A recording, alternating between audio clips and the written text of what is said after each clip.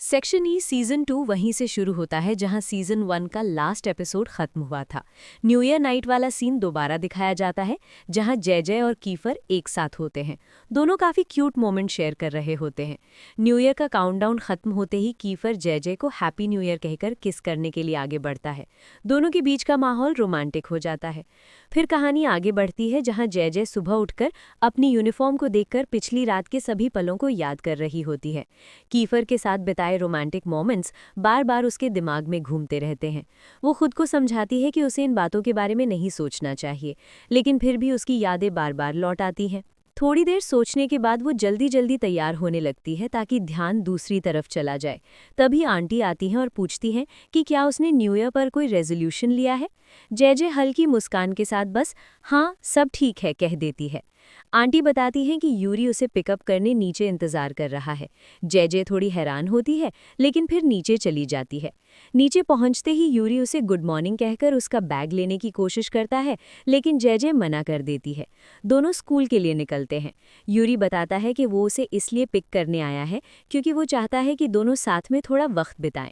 Yuri की बात सुनकर जय जय अंदर ही अंदर कंफ्यूज हो जाती है। उसी समय वहां एरिस आ जाता है और कहता है कि वो जय जय को खुद लेकर जाएगा। दोनों के बीच हल्की बहस होने लगती है। जय जय बीच में बोलती है कि उसे यूरी से थोड़ी बात करनी है, इसलिए वो यूरी के साथ चली जाती है। चलते चलते यूरी फिर जय जय को एंगेजमेंट वाली बात याद दिलाता है, जिसका नाम सुनते ही जय जय अंदर से हिल जाती है। वो कुछ बोल नहीं पाती और दोनों स्कूल पहुंच जाते हैं। स्कूल के लिए निकलते समय यूरी महसूस करता है कि जय जय आज बहुत शांत है। वो उससे पूछता है कि सब ठीक है या नहीं, तो जय जय बस मुस्कुराकर कहती है कि वो ठीक है। यूरी फिर धीरे से पूछता है कि क्या उसने एंजेलो से बात की, तो जय जय कहती है कि अभी नहीं, सही समय देखकर बात करेगी। यूरी फिर अपने दिल की बात साफ साफ बता देता है। वो कहता है कि उसने अपनी फीलिंग्स के बारे में ईमानदारी दिखाई और उसे इस बात का कोई पछतावा नहीं है। वो ये भी बताता है कि उनकी एंगेजमेंट हो चुकी है और अब वो पूरी सच्चाई के साथ जीना चाहता है। ये सुनकर जय जय अंदर ही अंदर टूट जाती है, लेकिन वो दिखाती नहीं। यूरी उसे समझाता है कि उसे माफ़ी मांगने की ज़रूरत नहीं है क्योंकि वो जय जय का इंतज़ार करेगा, चाहे उसकी शादी तक ही क्यों ना हो जाए।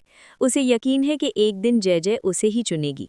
वो अपनी अंगूठी को चेन में डालकर जय जय के गले में पहनाता है और कहता है कि ये बात किसी को नहीं बतानी चाहिए, नहीं तो क्लास में परेशानी होगी। जाने से पहले यूरी जय जय के माथे पर एक हल्का सा किस देता है, जिससे जय जय पूरी तरह से शर्म और उलझन में पड़ जाती है। यूरी चला जाता है, लेकिन जाते जाते वो खुद भी दुखी नजर आता है क्योंकि वो सच में जय जय के लिए फील करता है। स्कूल पहुंचने के बाद भी यूरी दूर से देखता है। उधर जय जय रास्ते भर खुद को समझाती है कि अब उसे कीफर से दूरी बनाए रखनी है और सिर्फ यूरी को ही देखना है। लेकिन जैसे ही वो स्कूल पहुंचती है, अचानक कीफर सामने आकर उसका हाथ पकड़ लेता है और नाराज होकर पूछता है कि क्या वो उसे भूल गई। कीफर जय जय को अचानक दीवार से पकड़कर किस करने लगता है और मजाक में कहता है कि वो उसके लिए पागल है और उसकी लिप्स को बहुत मिस कर रहा था। जय जय उसे रोकने की कोशिश करती है क्योंकि उसे लगता है कि ये गलत है, क्योंकि अगर यूरी को पता चला तो उसे लगेगा कि जय जय उसे धोखा दे रही है। लेकिन कीफर कहता है कि उसे चीटिंग कैसे कह सकते हैं जबकि वे दोनों रिलेशनशिप में ही नहीं हैं। फिर भी जय जय उसे पुश करती है और कहती है कि ये ठीक नहीं। लेकिन कीफर उसे छोड़ने के बजाय और डीपली किस करने लगता है, जिससे जय जय खुद भी कंफ्यूज और खो जाती है। तभी अचानक उसे यूरी याद आता है और उसे लगता है कि वो गलत कर रही है। वो घबराकर कीफर को हल्का सा काटकर किस रोक देती है और भाग जाती है। कीफर पीछे से चिल्लाता है कि ये सब क्या था और वो जवाब चाहिए, लेकिन जय जय बिना रुके क्लास तक पहुंच जाती है। क्लास में सब कुछ नॉर्मल दिखता है, जिससे जय जय को थोड़ी राहत मिलती है कि उसकी लाइफ पहले जैसी ही है। पर अंदर ही अंदर उसे सीएन की याद भी सताती है, जो अचानक गायब है, और उसे डर है कि वो ठीक तो है ना। फिर डेविड और बाकी दोस्त क्लास में आते हैं और माहौल फिर हल्का हो जाता है। तभी कीफर भी क्लास में आता है, लेकिन उसके होंठ सूजे हुए हैं। सब उसे देखकर चिढ़ाते हैं और पूछते हैं कि किसने मारा, जिससे जय जय और भी शर्मिंदा हो जाती है। थोड़ी देर बाद यूरी भी क्लास में आता है और सीधे जय जय के पास आकर बैठ जाता है, जिसे देखकर कीफर को बहुत जलन होती है और जय जय की दूसरी तरफ जाकर बैठ जाता है। जय जय सोचती है कि सब कुछ पहले जैसा है, लेकिन अब उसके अंदर की बात बिल्कुल बदल चुकी है। तभी टीचर अंदर आते हैं और सब लोग अपनी अपनी जगह पर बैठ जाते हैं। टीचर ग्रेजुएशन से पहले होने वाले नए एक्टिविटीज के बारे में बताना शुरू करते हैं। अगले दिन सब लोग अपने पोस्ट फाइनल एग्जाम रिट्रीट की तैयारी में होते हैं। जय जय को ये सब थोड़ा अजीब लगता है क्योंकि आमतौर पर रिट्रीट ऐसा नहीं होता। यूरी उसे बताता है कि ये सिर्फ कोई ट्रिप नहीं बल्कि उनका फाइनल एग्जाम है, जिसे पास किया तभी सभी ग्रेजुएट हो पाएंगे। जेजे को चिंता होती है लेकिन यूरी उसे भरोसा दिलाता है कि वो जरूर पास हो जाएगी। उधर से सारी बातें देखकर कीफर को थोड़ा जलन होता है और वो चुपचाप वहां बैठा रहता है। खाने का समय होता है, सब क्यू में लगकर खाना लेते हैं। जेजे दूर एक जगह जाकर बैठती है, पर वो जिद करके वहीं बैठता है और न्यू ईयर पर हुई पुरानी घटना याद दिलाकर उसे चिढ़ाता है, जिससे जेजे डर जाती है और चुप हो जाती है। यूरी आकर पूछता है कि सब ठीक है ना, लेकिन जेजे हंसकर बात टाल देती है और खाना शुरू कर देती है। कीफर फिर धीरे से जेजे के पास जाकर कहता है कि वो सिर्फ उसी की है, जिस पर जेजे गुस्से होकर उठ जाती है और प्लेट लेकर बाहर की तरफ चली जाती है ताकि किसी को परेशान न करना पड़े। जेजे छत पर जाकर अकेले बैठती है क्योंकि उसे लगता है कि वहां कोई उसे परेशान नहीं करेगा। वो सीएन को कॉल करती है लेकिन कई बार रिंग होने के बाद भी वो कॉल नहीं उठाता। तभी नीचे से तेज चिल्लाने की आवाज आती है। जेजे दौड़कर जाती है तो देखती है कि एड्रिक्स पैनिक अटैक जैसा महसूस कर रहा है और बुरी तरह डर गया है। जेजे उससे पूछती है कि क्या हुआ, तो एड्रिक्स रोते हुए कहता है कि उसे खुद पर ही गुस्सा आ रहा है। वो जिस लड़की से प्यार करता है उसे बता भी नहीं पा रहा और ना ही दिखा पा रहा। उसे लगता है कि वो किसी चीज में फंस गया है। जेजे उसे समझाती है कि कम से कम उसे ये तो पता है कि वो किससे प्यार करता है, जबकि कई लोग अपने ही इमोशंस को नहीं समझ पाते। जब जेजे उसे लड़की की फोटो दिखाने को कहती है तो एरिस मोबाइल देता है और स्क्रीन पर फोटो जूम होते ही पता चलता है कि वो लड़की कोई और नहीं बल्कि फ्रेया है। एड्रिक्स के फ्रेया को पसंद करने की बात सुनकर जेजे हैरान रह जाती है, लेकिन वो उससे वादा लेती है कि ये बात दोनों के बीच ही रहेगी। बाद में जेजे घर लौटती है और शॉक हो जाती है क्योंकि वहाँ कई सूटकेस रखे होते हैं। अंदर जाकर देखती है कि सीएन और आंटी खाना खा रहे हैं। जेजे नाराज होकर सीएन को डांटती है कि वो फोन क्यों नहीं उठा रहा और उसे चिंता में छोड़ दिया। तब सीएन बताता है कि उसका भाई उसे लंदन भेजना चाहता था, इसलिए उसने घर से भागकर जेजे के घर आने का फैसला किया। जेजे पहले मना करती है लेकिन सीएन कहता है कि उसने पहले ही एंजेलो से परमिशन ले ली है और एंजेलो भी आकर सब एक्सप्लेन कर देता है, जिससे जेजे के पास उसे घर में रोकने के अलावा कोई रास्ता नहीं बचता। रात में जेजे सोने की कोशिश करती है लेकिन सीएन लगातार तेज आवाज में गाना गाता रहता है, जिससे जेजे चिल्लाकर कह देती है कि चुप रहो। अगली सुबह जेजे नीचे आती है और देखती है कि शियान और एरिस साथ बैठे हैं, लेकिन जेजे को देखते ही एरिस उठकर चला जाता है। जेजे को शक होता है कि एरिस ने शियान से कुछ कहा है और क्लास तक उसका पीछा करते करते आखिर शियान पूछ ही लेता है कि एरिस ने जो कहा क्या वो सच है कि जेजे सेक्शन छोड़कर चली जाएगी। इसी दौरान कीफर वहां आ जाता है और माहौल और तनावपूर्ण हो जाता है। बात फैलते ही सब लोग जमा हो जाते हैं। कीफर को ये बिल्कुल पसंद नहीं आता और गुस्से में एरिस की तरफ बढ़ता है। जेजे घबराकर यूरी से कहती है कि जल्दी जाओ, कीफर एरिस को मार डालेगा। देखते ही देखते झगड़ा इतना बढ़ जाता है कि दोनों एक दूसरे पर टूट पड़ते हैं। धक्के और मुक्के चलने लगते हैं और बीच बचाव करने वाले भी चोट खा जाते हैं। इसी दौरान कीफर के होठ से खून निकल आता है और यूरी गुस्से में चिल्लाता है कि किसने कीफर पर हाथ उठाया। जब जेजे बीच में आकर चिल्लाती है कि वो कहीं नहीं जा रही और सेक्शन नहीं छोड़ रही, तब भी कोई उसकी बात ठीक से नहीं सुनता। कुछ लड़के जेजे के बारे में गलत बातें करने लगते हैं, जिससे हालात और बिगड़ जाते हैं। सेक्शन के बाकी लड़के ये सुन नहीं पाते और उन्हें गुस्सा आ जाता है। उसी समय कीफर जेजे से कहता है, जेजे सबके सामने बोलो कि तुम सेक्शन छोड़कर नहीं जा रही, अभी बोलो। जेजे कंफ्यूज होकर कहती है, हाँ मैं नहीं जा रही। एरिस बोलता है, ये तुम्हारा अपना फैसला है, अब अच्छी तरह सोच लो तुम्हें अपने पापा के साथ जाना है या नहीं। फिर कीफर एरिस की तरफ घूरकर कहता है, तू इसे ब्लैकमेल कर रहा है क्या? तू जानता है ना, मुझे जो चाहिए वो मैं लेकर ही रहूंगा। इसके बाद वो जेजे से कहता है, तुम टेंशन मत लो, मैं तुम्हारे पापा से भी कांटेक्ट में हूँ। नेक्स्ट सीन में हम देखते हैं कि जेजे छत पर आती है, उसके हाथ में आइस पैक है। असल में झगड़े में कीफर के होंठ पर चोट लगी थी, इसलिए वो उसके लिए आइस लेकर आई है। जेजे कीफर के पास जाती है और आइस पैक आगे करती है, ये रखो। लेकिन कीफर चुपचाप उसे देखता रहता है। जेजे धीरे से उसकी तरफ आइस बढ़ा देती है। कीफर चोट वाले होंठ पर हाथ रखकर हल्का दर्द महसूस करता है। फिर अचानक जेजे उसके होंठ पर हल्का दबाव देती है। कीफर थोड़ा दर्द से कहता है, अरे ध्यान से करो, बहुत दर्द हो रहा है। जेजे गुस्से से बोलती है, मेरे लिए तुम लड़ते हो तभी मुझे गुस्सा आता है, इतना ओवर मत करो। कीफर तुरंत कहता है, सॉरी। जेजे हैरानी से बोलती है, वाह तुमने मुझसे सॉरी बोला, मैं तो शॉक में पड़ गई, एक बार और बोलो, सॉरी कहो। कीफर कहता है, मैंने तुमसे ही माफ़ी मांगी है। जेजे फिर मजाक में कहती है, सिर्फ मुझसे माफ़ी मांगने से क्या होगा, एक पूरी लिस्ट बन सकती है किस किस से माफ़ी मांगनी है। पता है कौन कौन है? पहले एरिस। कीफर तुरंत मना कर देता है, नहीं, मैं किसी और से माफ़ी नहीं मांगूंगा। मेरी फीलिंग्स सिर्फ तुम्हारे लिए हैं, किसी और के लिए नहीं। जेजे उसके जवाब से थोड़ा घबरा जाती है। जेजे पीछे हटने की कोशिश करती है तो कीफर उसका हाथ पकड़ लेता है। मत जाओ, प्लीज़ मेरे साथ ही रहो। ये वही पल था जो जेजे को उस रात की याद दिला देता है, जब उसने भी उसका हाथ पकड़कर ऐसे ही कहा था, मेरे साथ ही रहो। उसी समय यूरी वहाँ आ जाता है। यूरी दोनों को देखता है और थोड़ा अजीब तरीके से मुस्कुराकर कहता है, मैं भी तुम्हारे लिए लड़ूंगा। जेजे दोनों के बीच फंस जाती है और परेशान होकर वहीं खड़ी रह जाती है। लेकिन अचानक सीन बदलता है। असल में ये सब जेजे का सपना था। जेजे झटके से उठकर बैठती है और कहती है, ये कैसा सपना था, इतना रियल क्यों लगा? बस जेजे अब और नहीं सोचना इन सब के बारे में। वो जल्दी से मोबाइल उठाकर चेक करती है। उसे यूरी का गुड मॉर्निंग मैसेज आता है। जेजे सीएन के बारे में सोचती है, सीएन सच में गया है या यहीं है? वो कमरे में चारों तरफ देखती है। सीएन का बैग वहीं रखा होता है। जेजे को समझ आता है कि सीएन सच में यहीं था। फिर उसे कागज पर एक नोट मिलता है, मैं जा रहा हूँ, जल्दी वापस आऊंगा। ये पढ़कर जेजे जल्दी से बाहर भागती है और कहती है, अरे पागल, बिना बताए चला गया, मेरी साइकिल भी उठाकर भाग गया, मैं अब कैसे जाऊं? उसी समय अचानक एक क्लासमेट पीछे से आता है और उसके कंधे पर हाथ रखता है और बोलता है कि तुम्हें कोई फॉलो कर रहा है, जल्दी से कीफर को कॉल करो। तभी अचानक दो लोग हाथ में भारी लोहे की छड़ी उठाए आते हैं और कहते हैं कि यही लड़की कीफर की गर्लफ्रेंड है, और फिर हमला कर देते हैं। लड़ाई शुरू हो जाती है और जेजे को बचाते हुए उसे उन दो लड़कों से चोट लग जाती है। जेजे का चेहरा पूरी तरह बदल जाता है, वो शॉक में रह जाती है। क्लास में सभी तनाव में है क्योंकि जेजे अभी तक नहीं पहुंची है। कीफर हिचकिचाते हुए यूरी से पूछता है, क्या तुमने उसे कांटेक्ट किया? तभी फ्लैशबैक में दिखाया जाता है कि यूरी को पहले ही पता चल गया था कि कीफर जेजे को लाइक करता है। यूरी कहता है, हमारा एंगेजमेंट हो गया है, अब भी तुम पीछे नहीं हटोगे? कीफर जवाब देता है, नहीं, इस मामले को जेजे पर छोड़ते हैं, जब वो कहेगी मैं पीछे हट जाऊंगा। तभी प्रेजेंट में एक लड़का आता है और बताता है कि जेजे की लोकेशन अस्पताल में है। सब लोग कमरे कमरे जाकर चेक करते हैं कि जेजे कहीं है क्या। सभी कहते हैं, जरा देखो जेजे कहीं है क्या, चेक करो चेक करो। कई कमरे देखने के बाद अचानक एक कमरे में लगता है कि जेजे है। सभी जल्दी से वहां दौड़ते हैं।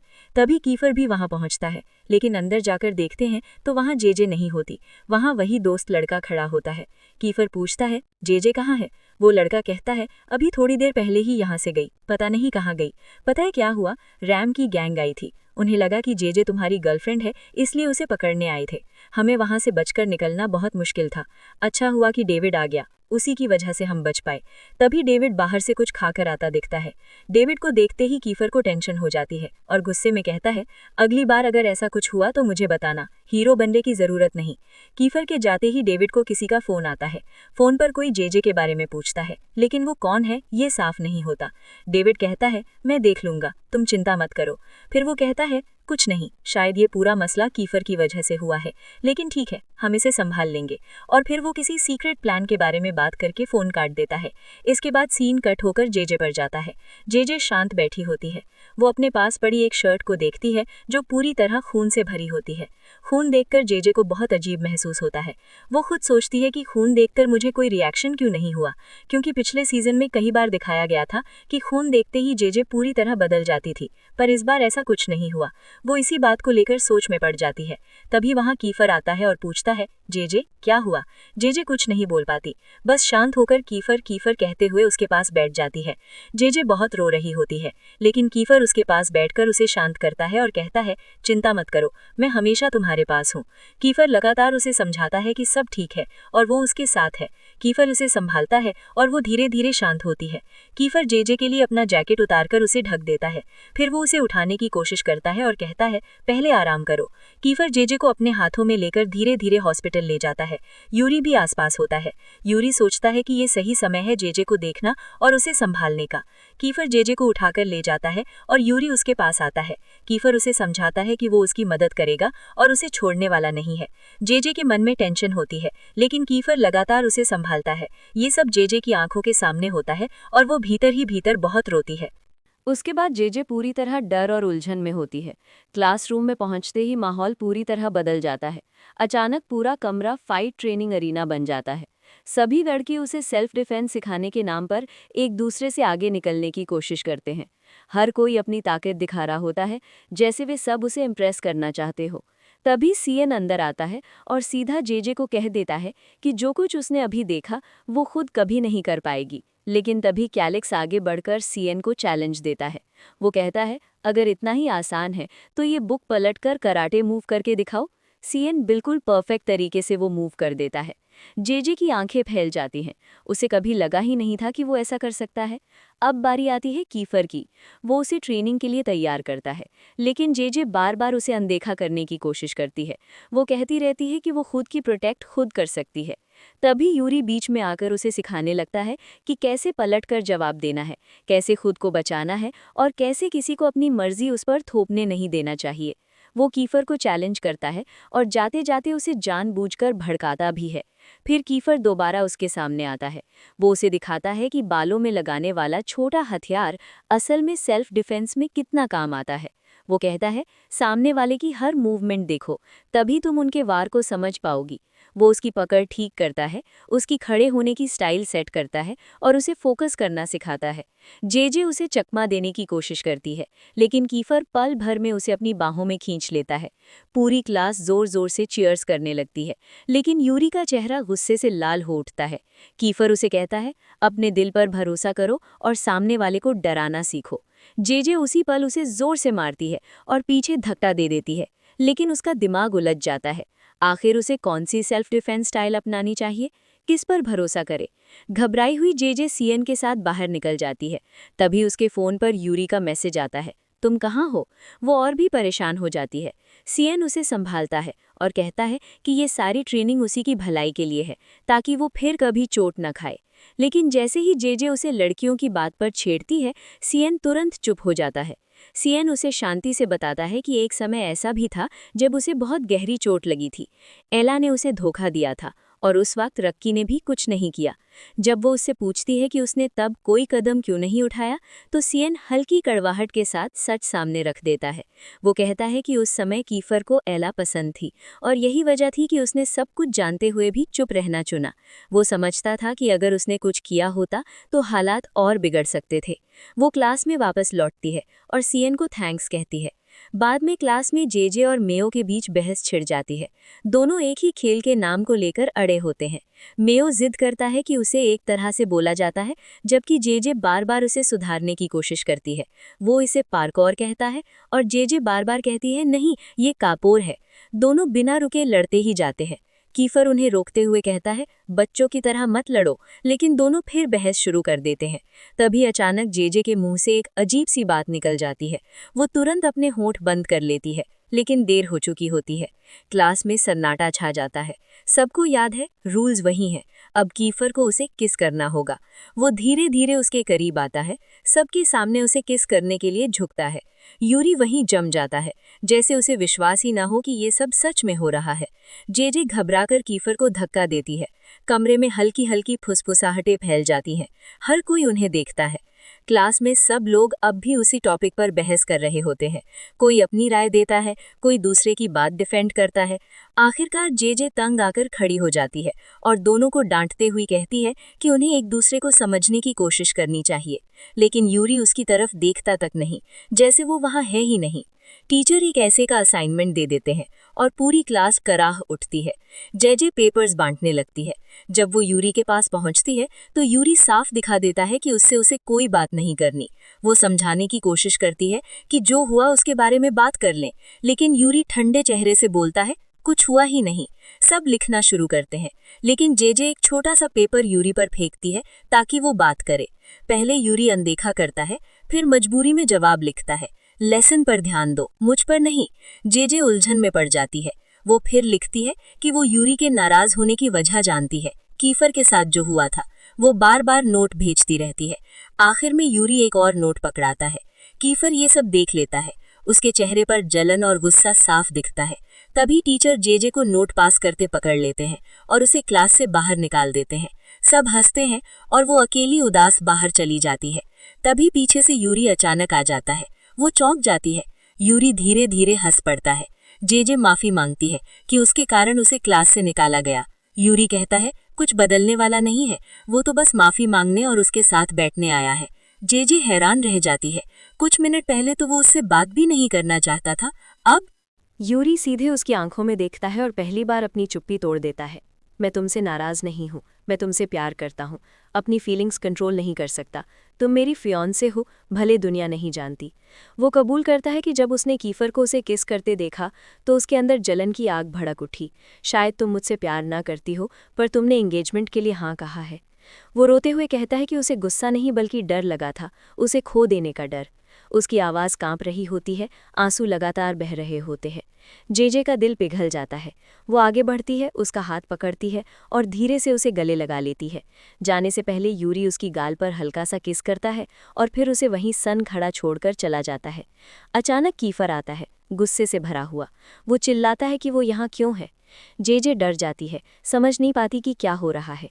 कीफर कहता है कि वो सिर्फ उसकी है और अगर यूरी उसके पास आया तो ये अच्छा नहीं होगा। वो उसे धक्का देकर दूर करता है और चला जाता है। जेजे डर से कांप जाती है। उसका गुस्सा उसे अपने पुराने बॉयफ्रेंड की याद दिला देता है। वो ऐसा गुस्सा दोबारा कभी नहीं देखना चाहती। वो घर पहुंचकर कमरे में बैठ जाती है। सीएन आराम से आइसक्रीम खाते हुए बैठा होता है, जैसे उसे दुनिया की कोई फिक्र ही ना हो। जेजे चुप रहती है, खुद में खोई हुई। आखिर वो बात शुरू करती है। सीएन सोचता है कि चलो कोई फिल्म देखते हैं। वे दोनों बैठते हैं, फिल्म लगाने ही वाले होते हैं कि जेजे रुककर वो सवाल पूछती है जो उसे अंदर से खाए जा रहा था। क्या तुमने कभी कीफर को गुस्से में देखा है? और जब वो गुस्सा होता है तो कैसा दिखता है? सीएन बिना सोचे जवाब देता है, हाँ, एक बार देखा है और वो यूरी की वजह से ही था। मैं वहाँ था। कीफर ने यूरी को इतना पीटा कि कोई रोक नहीं पाया। जब कीफर को गुस्सा आता है कोई उसके पास नहीं जाता, जो भी पास आता है चोट खाता है। जेजी को यूरी के लिए बुरा लगता है, लेकिन सीएन यूरी को कायर कहता है। वो कीफर से डरता है, उससे चिपका रहता है, कुछ भी खुद से नहीं करता। तुम्हें उससे दूर ही रहना चाहिए। वे फिल्म देखने लगते हैं, लेकिन अचानक सीएन का पेट आइसक्रीम से दर्द करने लगता है। जेजे उसे जल्दी से बाथरूम ले जाती है और बाहर इंतजार करने लगती है। इधर उधर देखते हुए उसकी नज़र लैपटॉप के एक फोल्डर पर पड़ती है, सीक्रेट्स। वो जिज्ञासा में उसे खोलती है और जो देखती है उसकी सांसें रुक जाती हैं। एक वीडियो चल रहा होता है। स्क्रीन पर दिखता है कि कीको को चारों तरफ से घेर कर बेरहमी से पीटा जा रहा है। ये सब यूरी और कीफर की वजह से किया गया था। पार्टी में जेजे के करीब आने और उसे खतरे में डालने की सज़ा दी जा रही थी। सब लोग उसे बार बार मार रहे थे, हंस रहे थे, मज़े ले रहे थे, जैसे ये उनके लिए कोई खेल हो। जेजे ये सब देखती रहती है, उसकी आंखों से आंसू बहने लगते हैं। सबसे ज़्यादा खुश कीफर दिखाई देता है और सीएन सब कुछ रिकॉर्ड कर रहा होता है। कुछ देर बाद सीएन कमरे में आता है और एक ही नज़र में समझ जाता है कि जेजे ने वीडियो देख लिया है। जेजे उससे पूछती है कि उन्होंने कीको के साथ ऐसा क्यों किया। पूरा दिन बीत जाता है और वो मन बना लेती है कि अब वो सबका सामना करेगी, चाहे वे नाराज़ ही क्यों ना हो जाएं। सीएन उसे याद दिलाता है कि कीको ने उसके साथ क्या किया था, लेकिन जेजे को लगता है कि वे लोग हद से आगे बढ़ गए। उस रात कीको को सज़ा मिल चुकी थी और उसे पार्टी से निकाल दिया गया था। दोबारा लौटकर उसे इस तरह तोड़ देना ज़रूरी नहीं था। सीएन कहता है कि ये सब उसकी प्रोटेक्शन के लिए किया गया था और वो उसे और ज़्यादा जानने से रोकने की कोशिश करता है, खासकर कीफर के बारे में। जेजे उसे दूर धक्का देती है और गुस्से में पूछती है कि कीको किस अस्पताल में है। काफ़ी समय बाद वो उससे मिलने का फैसला करती है। अस्पताल के कमरे में वो कीको को देखती है। वो सिर्फ उसका हाल देखने आई थी। कीको कहता है कि उसके साथ जो हुआ वही उसका हक था और उसे इसके लिए बुरा महसूस नहीं करना चाहिए। वो माफ़ी मांगता है और कहता है कि जब उसने उसे ठुकराया तो उसका दिल टूट गया था। ये उसके किए को सही नहीं ठहराता, फिर भी वो माफ़ी मांगता है। जेजे उसे माफ़ कर देती है, लेकिन साफ कहती है कि ऐसा दोबारा कभी ना करे। ये सुनकर कीको को सुकून मिलता है। जब उसे पता चलता है कि वो अकेली आई है तो वो और शांत हो जाता है। तभी कीफर का फ़ोन आता है। सब उसे ढूंढ रहे होते हैं। कीको ये देखता है और समझ जाता है कि जेजे कितनी लकी है। हर कोई उसकी परवाह करता है, हर कोई उसके लिए लड़ने को तैयार है। एला के लिए कभी किसी ने ऐसा नहीं किया, कभी नहीं। कीको बताता है कि वो 1 महीने अस्पताल में रहेगा, पूरी तरह ठीक होने में 8 महीने लगेंगे, फिर फिजिकल थेरेपी होगी। उसे स्कूल से निकाल दिया गया है। फ्रेया ने उससे रिश्ता तोड़ दिया है। वो खुद पर हंसता है और खुद को बेकार कहता है। वो बताता है कि उसने और फ्रेया ने अपनी रिलेशनशिप खत्म कर दी क्योंकि उसके बॉयफ्रेंड के गुजर जाने के बाद फ्रेया बदल गई और कीफर, यूरी और एरिस के साथ उलझ गई। जेजे क्लास में वापस आती है। सब उस पर चिल्लाने लगते हैं क्योंकि वे बहुत परेशान थे। यूरी कहता है कि वो अचानक गायब हो गई थी। वो सवालों से बचने की कोशिश करती है और कहती है कि बाद में सब समझाएगी। कीफर और यूरी दोनों बहुत घबराए हुए होते हैं। सबकी नजरें उसी पर टिकी होती हैं। वो उन दोनों के बीच बैठ जाती है। उसके दिमाग में फ्रेया से जुड़ी सारी बातें घूमने लगती हैं। कीफर, यूरी और एरिस। उसे याद आता है कि फ्रेया जब भी मुश्किल में होती थी तो इन्हीं तीनों के पास जाती थी। अब वो एड्रिक्स पर ध्यान देती है और आसपास के हर इंसान को गौर से देखने लगती है। लंच का समय हो जाता है, सब खाना खाते हैं। वो कीफर से बात करते हुए उसे पागल कहती है और फिर सीएन के साथ चली जाती है। सीएन उसे धमकी देता है कि वो सबको बता देगा कि वो कीको से मिलने गई थी। जेजे उसे वार्निंग देती है। वे दोनों जानते हैं कि कीको अब चल भी नहीं सकता और जो कुछ उसके साथ हुआ उसका जिम्मेदार वो सीएन को मानती है। सीएन कहता है कि वो कीफर को सब बता देगा। डर कर जेजे उसे खींचकर वहां से ले जाती है। किसी को कुछ भी पता नहीं चलना चाहिए, वरना सब कुछ तबाह हो जाएगा। बाहर जेजे और सीएन एक जगह जाते हैं और देखते हैं कि जॉश एक बिल्ली को खिला रहा है।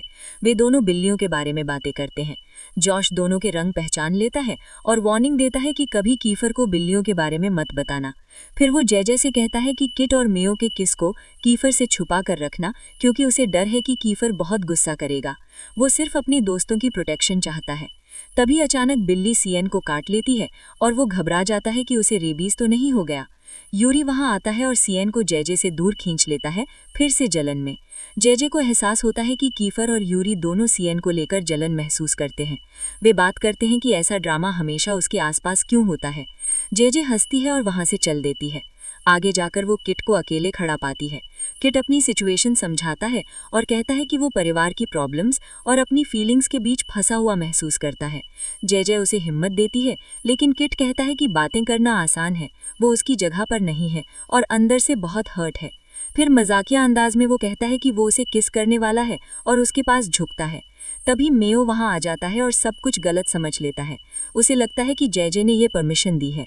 एड्रिक्स भी आता है और धमकी देता है कि कीफर को सब पता चल जाएगा। मेयो गुस्से में जेजे की तरफ बढ़ता है और कहता है कि वो सभी परेशानी की वजह है और एला से अलग नहीं है। जेजे तुरंत उसे पंच मार देती है, जिससे सब चौंक जाते हैं।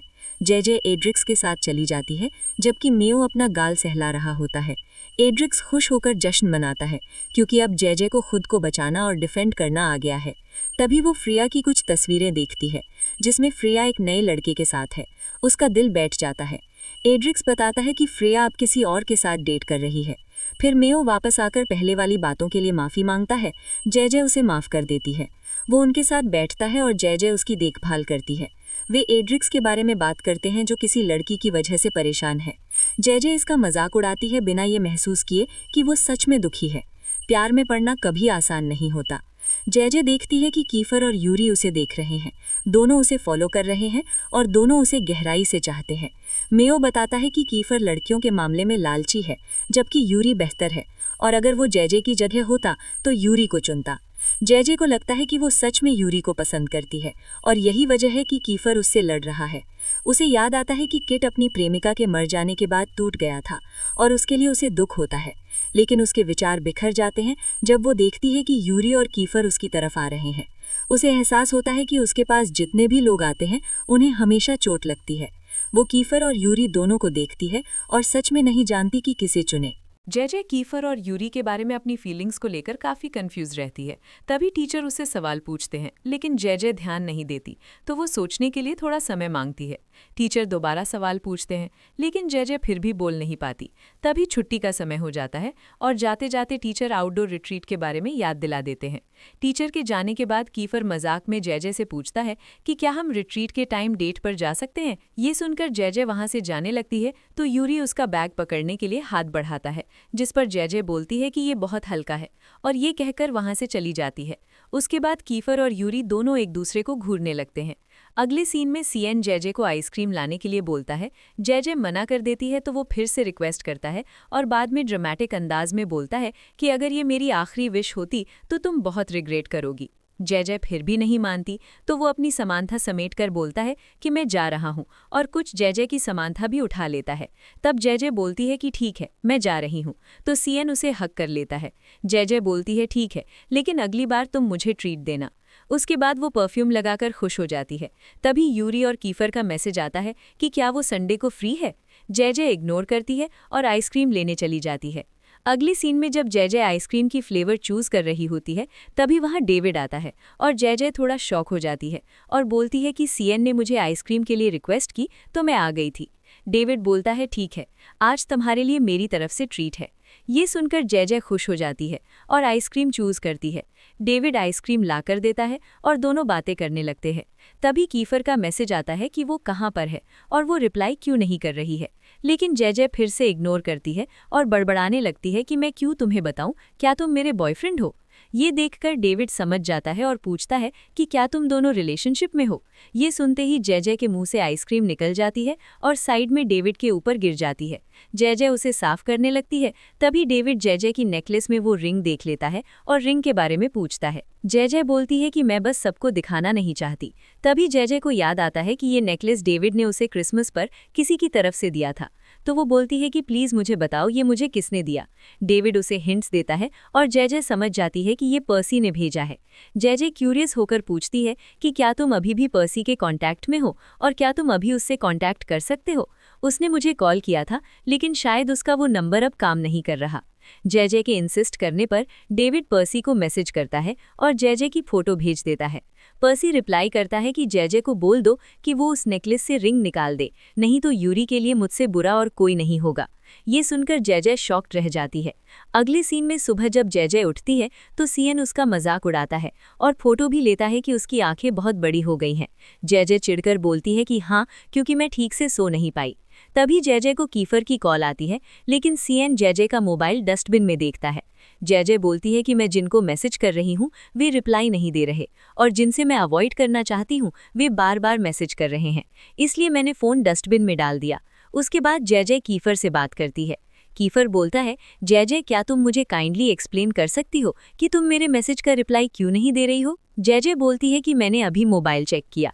फिर कीफर पूछता है कि क्या तुम ईमान के साथ ग्रोसरीज लेने जा रही हो। जय हाँ बोलती है तो कीफर स्माइल करके कॉल काट देता है। इधर सीएन बोलता है कि मैं तुम्हारे साथ नहीं जा सकता क्योंकि मुझे अपनी सिस्टर और रक्की से मिलने जाना है। जय बोलती है ठीक है, लेकिन लेट मत होना, जल्दी आ जाना। उसके बाद दोनों अपने अपने काम के लिए निकल जाते हैं। तभी जय देखती है कि उनके गेट के सामने दो लड़के खड़े होकर उसका मजाक उड़ा रहे होते हैं, लेकिन जय उन्हें इग्नोर करके ईमान के साथ ग्रोसरीज लेने निकल जाती है। नेक्स्ट सीन में देखते हैं कि जय शॉपिंग कर रही होती है और खुश हो रही होती है कि अब उसे कीफर और यूरी के साथ एंगेजमेंट वाली बात नहीं सोचनी पड़ेगी। लेकिन तभी उसे सामने कीफर नजर आता है और फिर से आगे चलकर यूरी नजर आती है। फिर भी वो इग्नोर करके चॉकलेट लेने लगती है तो कीफर पीछे से आकर बोलता है कि क्या ये मेरे लिए है। तब जय ढेर सारे चॉकलेट ले लेती है और बोलती है कि मैं सबके लिए ले रही हूँ। तो कीफर बोलता है मुझे स्वीट्स पसंद नहीं है, लेकिन अभी मैं कुछ अलग स्वीट ट्राई करना चाहता हूँ। तो जय बोलती है कि तो तुम्हारा फेवरेट क्या है। तब कीफर जय के करीब आकर बोलता है कि तुम्हारी लिप्स। ये सुनकर जय के गाल लाल पड़ जाते हैं। तो कीफर बोलता है क्या तुम ब्लश कर रही हो। जय बोलती है नहीं तो, यहाँ पर बहुत गर्मी है। उसके बाद कीफर पूछता है कि तुम मेरे मैसेजेस को क्यों इग्नोर कर रही थी, क्या मैंने तुम्हें कुछ गलत कहा है। तो जय फिर से इग्नोर करने लगती है। तब कीफर जय के हाथ के ऊपर अपना हाथ रख देता है और बोलता है ठीक है, चलो दोनों साथ में शॉपिंग करते हैं। शॉपिंग कंप्लीट होने के बाद वो जय से बोलता है मुझे तुम्हारे डैड के बारे में कुछ पता चला है, मैं बाहर वेट कर रहा हूँ, तुम जल्दी आना। ये कहकर वो वहाँ से चला जाता है। उसके बाद जय अपनी क्लासमेट्स के साथ सामान लेकर जा रही होती है। तभी वे रक्की को सीएन को किस करते देख लेते हैं और उनकी फोटो भी ले लेते हैं और बात करते हैं कि हमारे सेक्शन ई के सारे स्टूडेंट्स अब बड़े हो गए हैं। नेक्स्ट सीन में कीफर जय को अपने घर लेकर जाता है और वहाँ इतनी सारी कार्स देखकर वो खुश हो जाती है और बोलती है कि क्या मैं एक ट्राई कर सकती हूँ। तो कीफर बोलता है हाँ क्यों नहीं, कौन सी वाली ट्राई करना चाहोगी, आज जो मैंने यूज़ की या फिर संडे वाली या फिर मंडे वाली। और वैसे भी मैं अपना घर भी तुम्हारे नाम पर कर सकता हूँ अगर तुम यूरी से मैरिज न करो, और वैसे भी तुम हमेशा मेरे साथ ही रहोगी क्योंकि तुम हमेशा ये याद रखना, यू आर माइन। तब जय बोलती है मैं कोई चीज़ नहीं हूँ जो तुम मुझे ओन करो। तो कीफर और क्लोज आकर बोलता है ठीक है, अगर तुम्हें ये अच्छी नहीं लगी तो बात को चेंज कर देते हैं, तुम हमेशा ये याद रखना, आई एम योर्स। ये सुनकर जय फिर से ब्लश करने लगती है और वहाँ से चली जाती है। उसके बाद जय देखती है कि वहाँ पर बाकी कुछ क्लासमेट्स भी होते हैं। फिर वे सब मिलकर लैपटॉप में कुछ फोटोज देखते हैं जिनमें जय के डैड होते हैं। तब एड्रिक्स बोलता है कि तुम्हारे डैड शायद एक बिजनेस टाइकून है और ये फोटोज न्यूयॉर्क की है। उसके बाद और कुछ फोटोज देखते हैं जिनमें पर्सी उसके डैड के साथ होता है। ये देखकर जय बहुत कंफ्यूज हो जाती है कि पर्सी के साथ उसका रिलेशन क्या है, और वो ये सब देखकर रोने लगती है। तब कीफर बहुत प्यार से बोलता है, जय तुम टेंशन मत लो, जो भी होगा हम उसे मिलकर सॉल्व करेंगे। तब जय कीफर को थैंक्स कहती है। रात को जय अपने डैड के बारे में सोच रही होती है, तभी वहाँ सीएन आकर बोलता है, जय तुम क्यों रो रही हो, क्या तुम मुझे मिस कर रही थी? जय बोलती है कि मुझे अपने डैड के बारे में कुछ इन्फॉर्मेशन मिली है। तो सीएन बोलता है, तो तुम्हें खुश होना चाहिए। तब जय बोलती है, हाँ मैं खुश हूँ, पर हमारा रिलेशन थोड़ा कॉम्प्लिकेटेड है। उसके बाद सीएन घर की फोटो दिखाता है कि मेरी सिस्टर मुझे एक यूनिट देना चाहती है। उसके बाद मैं अपने घर में अकेला ही रहूंगा, सिर्फ मेड और हेल्पर्स के साथ। और मजाक में बोलता है कि जय अगर तुम चाहो तो मेरी हेल्पर की पोस्ट के लिए अप्लाई कर सकती हो। ये सुनकर जय उसे मारने लगती है और वो वहां से चला जाता है। उसके बाद जय डेविड को मैसेज करके बोलती है कि पर्सी को बोल देना, अगर वो अपनी रियल आइडेंटिटी कि वो कौन है मुझे नहीं बताना चाहता, तो आगे वो मुझसे फिर से कांटेक्ट न करे।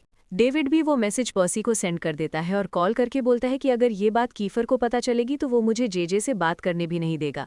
पर्सी डेविड को थैंक्स बोलता है कि ये उनका डील था कि वो डेविड की गर्लफ्रेंड चायोंसा की न्यूयॉर्क में ट्रीटमेंट की मदद करेगा और डेविड जेजे का ध्यान रखेगा। डेविड भी पर्सी को थैंक्स बोलता है कि और कोई हॉस्पिटल उसको ऑपरेट करने के लिए राजी नहीं थे। और यहाँ पे पर्सी डेविड को वार्न करता है कि वो सिर्फ जेजे की केयर करेगा, उसके प्यार में नहीं पड़ेगा। और यहाँ पर हम डेविड के घर में जेजे की फोटो देखते हैं। नेक्स्ट सीन में पर्सी की मॉम उसके लिए लंच लेकर आती हैं, तो पर्सी बोलता है कि मॉम क्या हम घर जा सकते हैं? तो मॉम बोलती है कि नहीं, उस एक्सीडेंट की वजह से तुम्हें बहुत चोट आई है, जब डॉक्टर्स बोलेंगे कि तुम पूरी तरह रिकवरी कर चुके हो तब हम जाएंगे। तभी वहां पे पर्सी के डैड आते हैं और वो उन्हें देखकर स्माइल करने लगता है। नेक्स्ट सीन में यूरी जेजे को कॉल करके पूछता है कि क्या तुम बिजी हो, तो जेजे हिचकिचाते हुए मना कर देती है। तो यूरी बोलता है कि ठीक है, बाहर मैं तुम्हारा वेट कर रहा हूँ, हम चर्च जाएंगे, और कॉल काट देता है। तभी कीफर मैसेज करता है कि क्या तुम आज फ्री हो? तो जेजे सोचती है कि ये दोनों हमेशा साथ में क्यों मैसेज करते हैं, और कीफर के मैसेज को इग्नोर करके चली जाती है। जेजे जब नीचे रेडी होकर आती है तो उसकी आंट पूछती है कि तुम कहाँ जा रही हो? तभी मेड आकर बताती है कि बाहर कोई वेट कर रहा है। तो एंजेलो पूछता है क्या वो कीफर है? तो मेड बोलती है कि नहीं, यूरी। तब एंजेलो बोलता है कि ठीक है, जल्दी घर आ जाना। उसके बाद जेजे और यूरी साथ में चर्च जाते हैं। वे दोनों बात कर रहे होते हैं, तभी वहाँ कुछ लड़कियां आती हैं और यूरी को देखकर क्यूट बोलती हैं, और जेजे को देखकर बोलती हैं कि क्या ये उसकी गर्लफ्रेंड है। ये सुनकर जेजे सोचती है कि सच में मैं तो एला की कंपेयर में थोड़ी भी सुंदर नहीं हूँ, पता नहीं ये दोनों मेरे पीछे क्यों पड़े हैं। तभी यूरी बोलता है, जेजे तुम उनको सीरियसली मत लो, तुम मेरे लिए दुनिया की सबसे ब्यूटीफुल लड़की हो। उसके बाद वे दोनों यूरी के होटल में जाते हैं, जहाँ पे यूरी जेजे के लिए कपकेक्स लाता है। तो जेजे बोलती है, तुम्हें याद है फ्लैशबैक में दिखाया जाता है कि जेजे ने यूरी से बोला था कि उसे कपकेक्स बहुत पसंद है। उसके बाद वे दोनों यूरी की बचपन की एल्बम देखते हैं। तभी जेजे एक फोटो देखती है जहाँ पे कीफर, यूरी, पर्सी, एरीज सब साथ में होते हैं। ये देखकर वो शॉक हो जाती है और यूरी बोलता है कि ये हम चारों की एक साथ में आखिरी पिक्चर है। उसके बाद यूरी जेजे को किचन में ले जाता है और वे दोनों साथ में कुक करते हैं। यहाँ पे यूरी बोलता है कि चलो मैं आज तुम्हें जापानीज में कुछ वर्ड सिखाता हूँ। तो जेजे पूछती है क्यों? तो यूरी बोलता है क्योंकि जब हम जापान में शिफ्ट हो जाएंगे तो तुम्हें कुछ प्रॉब्लम ना हो। ये सुनकर जेजे थोड़ी अजीब फील करती है और सोचती है कि क्यों मैं यूरी के साथ पहले वाली फ्रेंडशिप की फील नहीं कर पा रही हूँ। अभी यूरी मुझे बहुत कॉम्प्लिकेटेड लग रहा है। जेजे फिर भी जापानीज में कुछ वर्ड्स बोलने की ट्राई करती है, लेकिन जब जापानीज में आई लव यू बोलने की बारी आती है तो जेजे यूरी को ये बोल नहीं पाती। तभी यूरी जेजे की चीख पर किस करता है। तब जेजे और अनकंफर्टेबल हो जाती है और अपने हाथ में कट कर लेती है, और यहाँ पर जेजे ब्लड देखकर बहुत घबरा जाती है। और जब यूरी टॉवल लेने जाता है तो जेजे बोलती है, यूरी प्लीज मत जाओ, मुझे बहुत डर लग रहा है कि कहीं मैं तुम्हें चोट न पहुंचा दूं। और बोलती है, यूरी क्या तुम कीफर को कॉल कर सकते हो? ये सुनकर यूरी बोलता है, जेजे मैं तुम्हारे पास हूँ, क्या हुआ मुझे बताओ। लेकिन जेजे कीफर का नाम बड़बड़ाने लगती है और ये सब देखकर यूरी बहुत हर्ट होता है। बाद में जेजे यूरी को अपनी बिहेवियर के लिए सॉरी बोलती है और बताती है कि उसको ब्लड से फोबिया है। वो ब्लड को देखते ही बहुत स्ट्रेंज बिहेव करती हूँ और लोगों को हर्ट कर देती हूँ। पता नहीं मुझे ये कब से स्टार्ट हुआ, मुझे ठीक से याद नहीं, लेकिन रैम्स के साथ फाइट होने के बाद मुझे इसके बारे में पता चला। एंजेलो एरीज को इसके बारे में पता है। तो यूरी बोलता है कि कीफर को भी इसके बारे में पता है, इसलिए तुमने मुझे कीफर को कॉल करने के लिए बोला। यूरी बोलता है, जेजे मैं तुम्हें प्यार करता हूँ, मैं तुम्हारी फ्रेंड बन के नहीं रहना है, मैं तुम्हारे बारे में सब कुछ जानना चाहता हूँ और मैं तुम्हें सभी सिचुएशन में एक्सेप्ट करूंगा। ये बोलकर वो जेजे के क्लोज जाता है और पूछता है कि क्या मैं तुम्हें फिर से किस कर सकता हूँ। जेजे कुछ बोल पाती उससे पहले यूरी उसकी गाल पे किस कर देता है। नेक्स्ट सीन में यूरी जेजे को घर छोड़ने के लिए जाता है और आज के लिए उसे थैंक्स बोलता है और बोलता है कि मैं कल फिर से तुम्हें पिक करने आऊंगा। तो जेजे बोलती है नहीं, इसकी ज़रूरत नहीं है, सीएन और मैं साथ में जाएंगे, अभी तक उसको हमारे एंगेजमेंट के बारे में पता नहीं है। तो यूरी बोलता है ठीक है और बाय बोलकर चला जाता है। तभी यूरी के जाने के बाद वहाँ कीफर आता है और जेजे को अपनी कार में बिठा के ले जाता है। नेक्स्ट सीन में कीफर गुस्से से जेजे को पूछता है कि तुम और यूरी क्या कर रहे थे। जेजे डरते हुए बोलती है कि हम चर्च गए थे। तो कीफर बोलता है और क्या किया। जेजे बोलती है कुकिंग की, शॉपिंग की। तो कीफर बोलता है और कुछ नहीं। जेजे बोलती है नहीं। तो कीफर और गुस्से से बोलता है कि जेजे प्लीज और झूठ मत बोलो। तो जेजे डरते हुए बोलती है कि यूरी ने मुझे किस की। ये सुनकर कीफर रोते हुए बोलता है जेजे तुम मेरे साथ ऐसा क्यों कर रही हो, मैंने तो बोला है ना कि तुम सिर्फ मेरी हो और मैं तुम्हारा, क्या तुम यूरी को लाइक करती हो। तो जेजे भी चिढ़कर बोल देती है कि हाँ, मैं यूरी को लाइक करती हूँ, इसलिए मैंने एंगेजमेंट एक्सेप्ट की।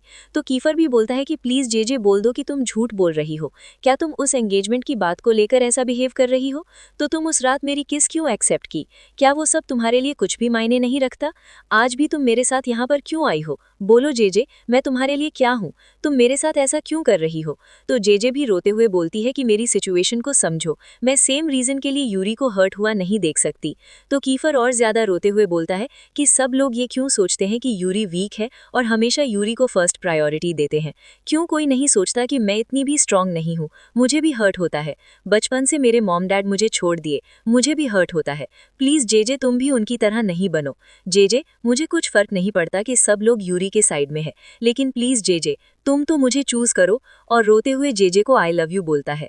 जेजे भी कीफर को इतना इमोशनल देखकर हग कर लेती है और अपनी फीलिंग्स भी शेयर करती है कि वो भी उसे प्यार करती है और आई लव यू टू बोलती है। कि सीएन गहरी नींद में खराटे ले रहा होता है। दूसरी तरफ जेजे जाग रही होती है और पिछले एपिसोड की बात याद कर रही होती है, जहां उसने और कीफर ने एक दूसरे से आई लव यू कहा था। ये सोचकर उसके चेहरे पर अपने आप मुस्कान आ जाती है और वो बहुत खुश महसूस कर रही होती है। तभी अचानक कीफर का फोन आता है, जिससे उसकी खुशी और बढ़ जाती है। जेजे कॉल उठाकर हेलो कहती है। कीफर उससे प्यार से पूछता है कि वो कैसी है। जेजे बताती है कि आज उसे देर से आने की वजह से डांट पड़ी है। इस पर कीफर मजाक में पूछता है कि अगर वो लोगों को बता दे कि वो प्रेग्नेंट है और दोनों शादी करने वाले हैं तो क्या होगा। ये सुनकर जेजे चौंक जाती है और उसे डांटते हुए कहती है कि वो बेकार की बातें ना करे और ठीक से जाकर सो जाए। कीफर कहता है कि सोने से पहले वो एक बात कहना चाहता है। फिर वो कहता है good night, I love you to infinity and beyond. ये सुनकर जेजे का दिल भर आता है और वो भी धीरे से आई लव यू कह देती है। लेकिन तभी अचानक सीएन की नींद खुल जाती है और वो उठ बैठता है, जिससे ये क्यूट मोमेंट वहीं रुक जाता है। सीएन उससे पूछता है कि क्या हुआ। तभी उसकी नज़र जेजे के हाथ में पकड़े मोबाइल पर पड़ जाती है और वो पूछ बैठता है कि वो किससे बात कर रही थी। जेजे उसे झिड़कते हुए कहती है कि जाकर सो जाए और ठीक से सोने दे। सीएन मजाक में धमकी देता है कि अगर उसने साफ साफ नहीं बताया तो वो ये बात कीफर को बता देगा। इस पर जेजे बेपरवाही से कह देती है कि जाकर कीफर को बता दे। तभी सीएन उसके हाथ से मोबाइल छीनने की कोशिश करता है और दोनों के बीच हल्की सी लड़ाई हो जाती है। शोर सुनकर एरिस कहता है कि अगर उन्हें नींद नहीं आ रही तो कम से कम दूसरों को तो सोने दे। ये सुनते ही दोनों चुप हो जाते हैं और वापस सोने चले जाते हैं। अगली सुबह जेजे और सीएन क्लास के लिए निकलते हैं। रास्ते में जेजे सीएन को डांटती है कि ठीक से नींद ना आने की वजह वही है। दोनों अपनी अपनी सीट पर जाकर बैठते हैं। तभी खाने का डिब्बा लिए यूरी क्लास में आता है। यूरी को देखते ही जेजे के मन में गिल्ट भर जाता है, इसलिए वो नजरें फेर लेती है। मन ही मन वो सोचती है कि वो उसे चोट नहीं पहुंचाना चाहती, लेकिन उसे झूठी उम्मीद भी नहीं देना चाहती। जेजे बार बार बगल की सीट की तरफ देखती है जहां कीफर बैठता है, लेकिन वो अभी तक नहीं आया होता। वो दरवाजे की ओर देखते हुए सोचती रहती है कि क्या वो यूरी को सच बता पाएगी। यूरी उसकी बेचैनी समझ जाता है और कह देता है कि कीफर आज नहीं आएगा। ये सुनकर जेजे चौंक जाती है। यूरी बताता है कि कीफर के पापा घर आए हुए हैं, इसलिए उसे बहुत काम है और वो स्कूल नहीं आ पाएगा। जेजे तुरंत कहती है कि वो कीफर को ढूंढ नहीं रही थी, लेकिन अंदर ही अंदर उसे लगता है कि उसकी चिंता सबको साफ साफ दिख रही है और उसे थोड़ा शर्मिंदगी महसूस होती है। क्लास के कुछ बच्चे उसे चिढ़ाने लगते हैं कि क्या कीफर के ना आने की वजह से वो इतनी शांत है और क्या वो उसी को ढूंढ रही थी। तभी सीएन बिना सोचे समझे कह देता है कि क्या उन्हें पता है कि जेजे ने कल रात क्या किया था। ये सुनते ही जेजे उसे सख्ती से चुप करा देती है और वार्निंग देती है कि अगर उसने कुछ भी कहा तो ठीक नहीं होगा। तभी वहां एक छोटी सी बिल्ली आ जाती है। उसे देखकर सीएन उसे भगाने के लिए उसके पीछे दौड़ पड़ता है। उस रात सीएन सोते सोते उसी बिल्ली के बारे में सपना देखता है और बड़बड़ाने लगता है।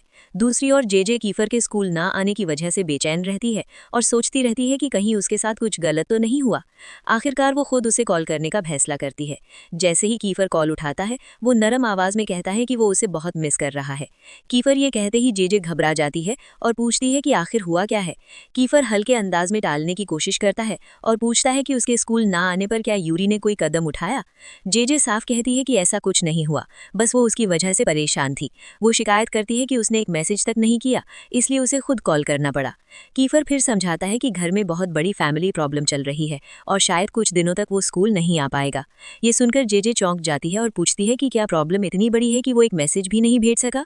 कीफर इसकी इस केयर से खुश हो जाता है और कहता है कि उसे इस तरह उसकी परवाह करना अच्छा लग रहा है, बल्कि अभी उसी पल उससे मिलने का मन कर रहा है। वो कहता है कि वो अपनी फोटो भेज देगा, लेकिन जेजे जिद पर अड़ी रहती है और बार बार पूछती है कि आखिर हुआ क्या है। तब कीफर उसे सब सच बताता है। 3 दिन पहले जब वो घर पहुंचा तो देखा कि घर का सामान टूटा पड़ा था और नौकर सब साफ कर रहे थे। उसने तुरंत पूछा कि क्या वो आदमी वापस आया है और अपने छोटे भाई ग्रैंड को बुलाया। ऊपर से उसके दोनों छोटे भाई उतर कर आते हैं।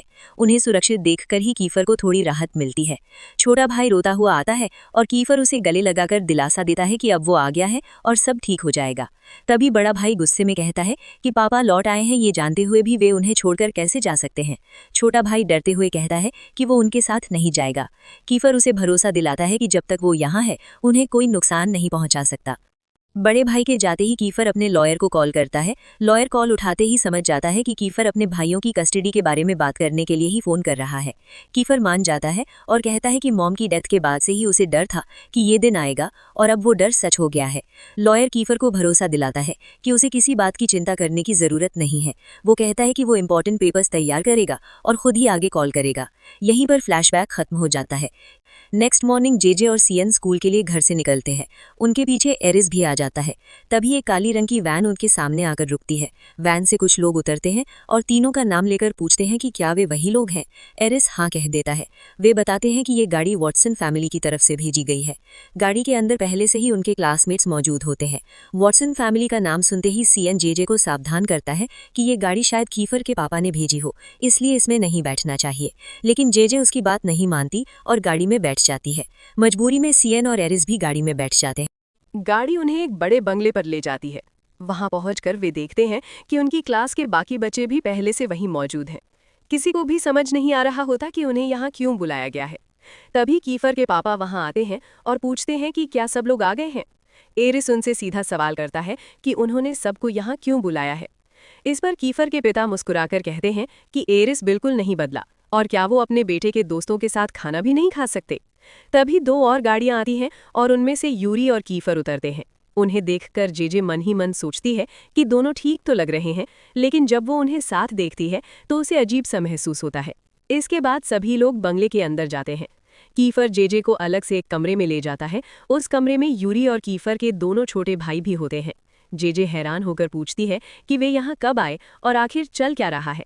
कीफर कहता है कि उन्हें जेजे के हेल्प की ज़रूरत है। बड़ा भाई बताता है कि उनके पापा बिना किसी वजह के उन्हें यहाँ नहीं लाए होंगे, ज़रूर कुछ गड़बड़ है। यूरी कहता है कि उन्हें पूरी बात तो नहीं पता, लेकिन एक बात साफ है, उनके पापा का असली निशाना ग्रैन है और उसे पाने के लिए वो किसी को भी इस्तेमाल कर सकते हैं। जेजे घबरा जाती है और पूछती है कि क्या उन्होंने ग्रैन को किडनैप कर लिया है।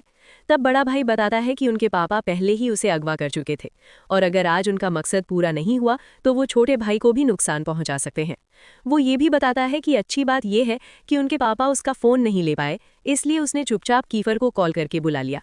वो डरते हुए कहता है कि अगर उनके पापा को जो चाहिए वो नहीं मिला तो वो कुछ भी कर सकते हैं। ये सुनकर कीफर जेजे से कहता है कि अगर यहाँ कुछ भी गलत होता है तो किसी भी तरह छोटे भाई को वहाँ से सुरक्षित बाहर ले जाना।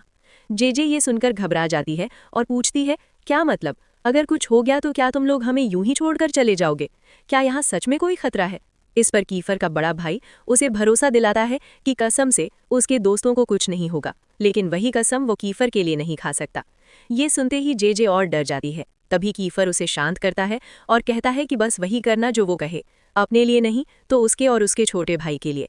जेजे चुपचाप सिर हिला देती है। फिर कीफर बड़े भाई से पूछता है कि क्या उसे पता है कि क्या करना है, और वो हाँ कह देता है। वे कहते हैं कि किसी को भनक लगे उससे पहले निकल जाना चाहिए। यूरी और दोनों भाई तुरंत बाहर चले जाते हैं। जाने से पहले कीफर जेजे को गले लगाता है और कहता है कि वो उसे बहुत मिस करेगा, लेकिन चिंता ना करे, कुछ भी गलत नहीं होगा। इसके बाद कीफर और जेजे बाहर आते हैं, जहां बाकी बच्चे आराम से खाना खा रहे होते हैं। जेजे को देखकर सीएन मजाक में पूछता है कि क्या वो कीफर को उसके बॉयफ्रेंड होने की बात बता दे। उसकी ये बात यूरी के कानों तक पहुंच जाती है। यूरी तुरंत पूछता है कि वे क्या बात कर रहे हैं। जेजे तुरंत बात संभाल लेती है और कहती है कि सीएन बस भूख लगने की बात कर रहा था। तभी मिस्टर वॉटसन वहां आते हैं और सभी अपनी अपनी चेयर्स पर बैठ जाते हैं। वॉटसन कीफर से तंज कसते हुए पूछते हैं कि क्या वो ठीक से पढ़ाई कर रहा है। कीफर गुस्से में कहता है कि ये उनकी ज़रूरत की बात नहीं है और उन्हें उससे और उसके भाइयों से जुड़ा एक एप्लीकेशन चाहिए। वॉटसन उसे बदतमीजी से बात करने पर डांटते हैं। फिर वो यूरी से पूछते हैं कि क्या वो दोस्त को साथ ले जाने आया था, और सबके सामने व्यंग्य करते हैं कि पहले उनका बेटा किसी और के साथ था और अब किसी और के साथ। इसके बाद वॉटसन जेजे की तरफ देखते हैं और उसका नाम पूछते हैं। जेजे अपना पूरा नाम बताकर कहती है कि सब उसे जेजे कह सकते हैं। नाम सुनते ही वॉटसन कहते हैं कि दुनिया बहुत छोटी है, उन्हें जेजे के फैमिली के बारे में सब कुछ पता है। वो एक एक कर सबका जिक्र करते हैं और आखिर में एरिस और जेजे से पूछते हैं कि क्या वे कजन्स हैं। जेजे हाँ कह देती है। ये सब सुनकर कीफर का गुस्सा फूट पड़ता है और वो अपने हाथ में पकड़ा ग्लास तोड़ देता है। सब चौंक कर उसकी ओर देखते हैं। कीफर गुस्से में पूछता है कि क्या उन्होंने जेजे को यहाँ सिर्फ इंसल्ट करने के लिए बुलाया है। वॉटसन ठंडे लहजे में कहते हैं कि इतना इमोशनल होने की ज़रूरत नहीं है और उसे आराम से रहना चाहिए। इस पर कीफर साफ कह देता है कि उन्हें उनसे आखिर चाहिए क्या है, क्योंकि उन्हें क्लास जाना है। वॉटसन पेपर्स कीफर के सामने रखकर साफ शब्दों में कहता है कि इस पर साइन कर दो। अगर साइन नहीं किए तो वो कीफर के छोटे भाई की कस्टडी ले लेगा, और अगर वो भी मंजूर नहीं है तो पूरी प्रॉपर्टी उसके नाम कर दो।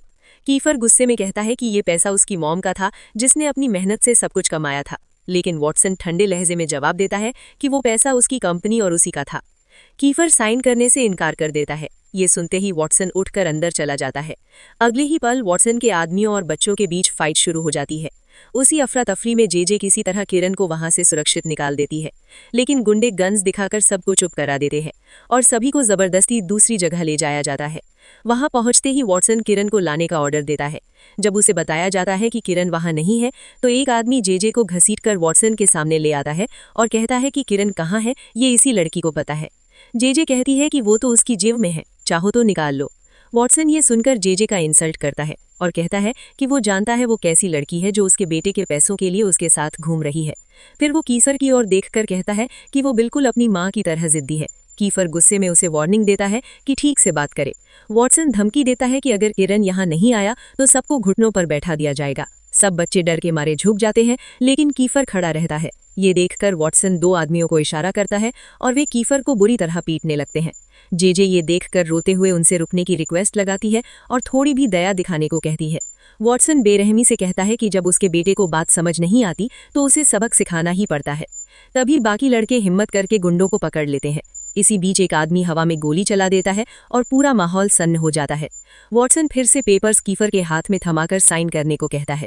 सब बच्चे मना करते हैं, लेकिन कीफर साइन करने ही वाला होता है। ये देखकर जेजे गन ताने खड़े आदमी से कहती है कि अगर हिम्मत है तो गोली चला दे। एरिस उसे चुप रहने को कहता है। यूरी हैरानी से पूछता है कि वो क्या कर रही है। तभी जेजे ऊंची आवाज में वॉटसन को चेतावनी देती है कि अगर एक स्कूल स्टूडेंट की मौत की खबर बाहर आई तो उसे पता है क्या होगा। वो सीधे वॉटसन से पूछती है कि क्या वो अपना नाम ऐसे ही बदनाम करना चाहता है, क्या किसी बच्चे को मारना ही उसकी बहादुरी है, और उसके बिजनेस पार्टनर्स और लोग उसके बारे में क्या सोचेंगे। जेजे की ये बेखौफ बात सुनकर वॉटसन ताली बजाता है और कहता है कि उसमें काफी हिम्मत है। फिर वो गन पकड़े आदमी को इशारा करता है कि वो हथियार नीचे कर दे। आदमी बंदूक नीचे कर देता है। सबको नीचा दिखाकर वॉटसन कहता है कि अभी के लिए इतना काफी है, बाकी बाद में देखेंगे, और वहां से चला जाता है। उनके जाने के बाद जो जेजे अब तक हिम्मत दिखाकर खड़ी थी, अचानक उसके पैरों से ताकत निकल जाती है और वो वहीं गिर जाती है। लड़के घबराकर दौड़ते हुए उसके पास आते हैं। जेजे कांपती हुई आवाज में कहती है कि उसे सच में लगा था कि आज उसकी जान चली जाएगी, इसलिए वो बहुत डर गई थी। लड़के उसे दिलासा देते हैं और कहते हैं कि उसमें बहुत हिम्मत है और उन्हें उस पर गर्व है। लेकिन कीफर जेजे की इस हरकत से नाराज हो जाता है। वो उसे डांटते हुए कहता है कि क्या उसे पता है कि उसने किस इंसान को चैलेंज किया था। डिलन कोई आम आदमी नहीं, बल्कि एक प्रोफेशनल हिटमैन है। इसके बाद कीफर ग्रिन के बारे में पूछता है।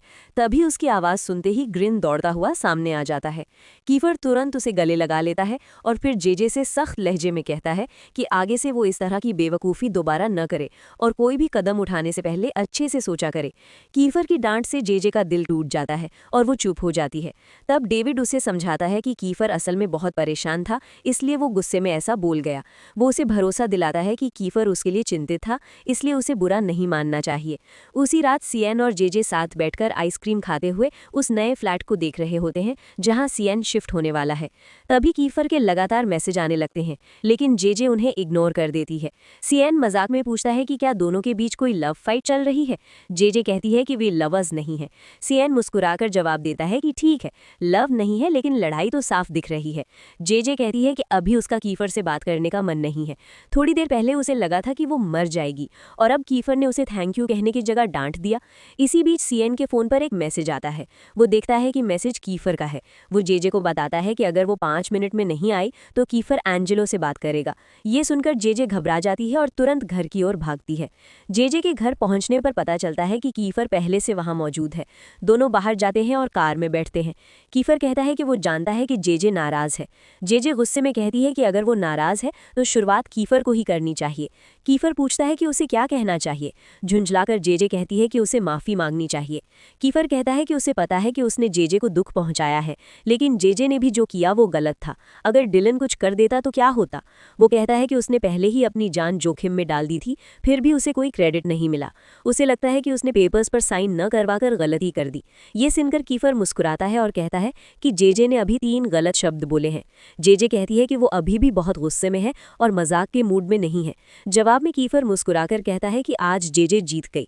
वो दिल से उसे थैंक्स देता है कि उसने अपनी जान जोखिम में डालकर उसे और उसके भाई को बचाया। जेजे कहती है कि वो अब भी नाराज है, लेकिन उसकी आंखों में साफ दिखता है कि उसकी नाराजगी पिघलने लगी है। जेजे कहती है कि उसे कुछ भी समझ नहीं आ रहा। अगर कीफर चाहे तो वो अपने और अपने पापा के बीच की प्रॉब्लम्स बता सकता है, और अगर नहीं बताना चाहता तो कोई ज़रूरत नहीं है। ये सुनकर कीफर पहली बार अपने पास्ट के बारे में बताना शुरू करता है। कीफर बताता है कि जब वो सिर्फ 7 या 8 साल का था तब वो किसी बात में यूरी से हार गया था। इसी बात पर उसके पापा ने उसे बुरी तरह डांटा। ये सुनते ही कीफर को अपने स्कूल के दिन याद आ जाते हैं, यानी फ्लैशबैक के अंदर एक और फ्लैशबैक। स्कूल में यूरी, कीफर और 2 और बच्चों के बीच झगड़ा हो जाता है। टीचर उन सभी को गाइडेंस रूम में ले जाती है। उस दिन की लड़ाई में कीफर जीत जाता है, इसलिए वो बहुत खुश होता है और सोचता है कि आज उसके पापा उसकी तारीफ करेंगे। तभी यूरी कीफर से पूछता है कि उसने ऐसा क्यों किया। कीफर कुछ नहीं बोलता। यूरी खुद आगे बढ़कर कीफर से माफी मांग लेता है। उसी समय वहां छोटा एंजेलो आता है। उसे देखते ही कीफर डर जाता है क्योंकि वो उसे अपने पापा जैसा लगता है। बच्चे कीफर को एंजेलो की तरफ धक्का दे देते हैं, लेकिन एंजेलो उसे डांटने की बजाय उसकी हिम्मत की तारीफ करता है। वो कीफर से कहता है कि बेवजह लड़ने के बजाय अपनी ताकत का इस्तेमाल उन लोगों को बचाने के लिए करना चाहिए जिन्हें वो प्यार करता है। इसके बाद कीफर सबके साथ दोस्त बन जाता है। ये फ्लैशबैक खत्म होते ही कहानी फिर वॉटसन पर आती है।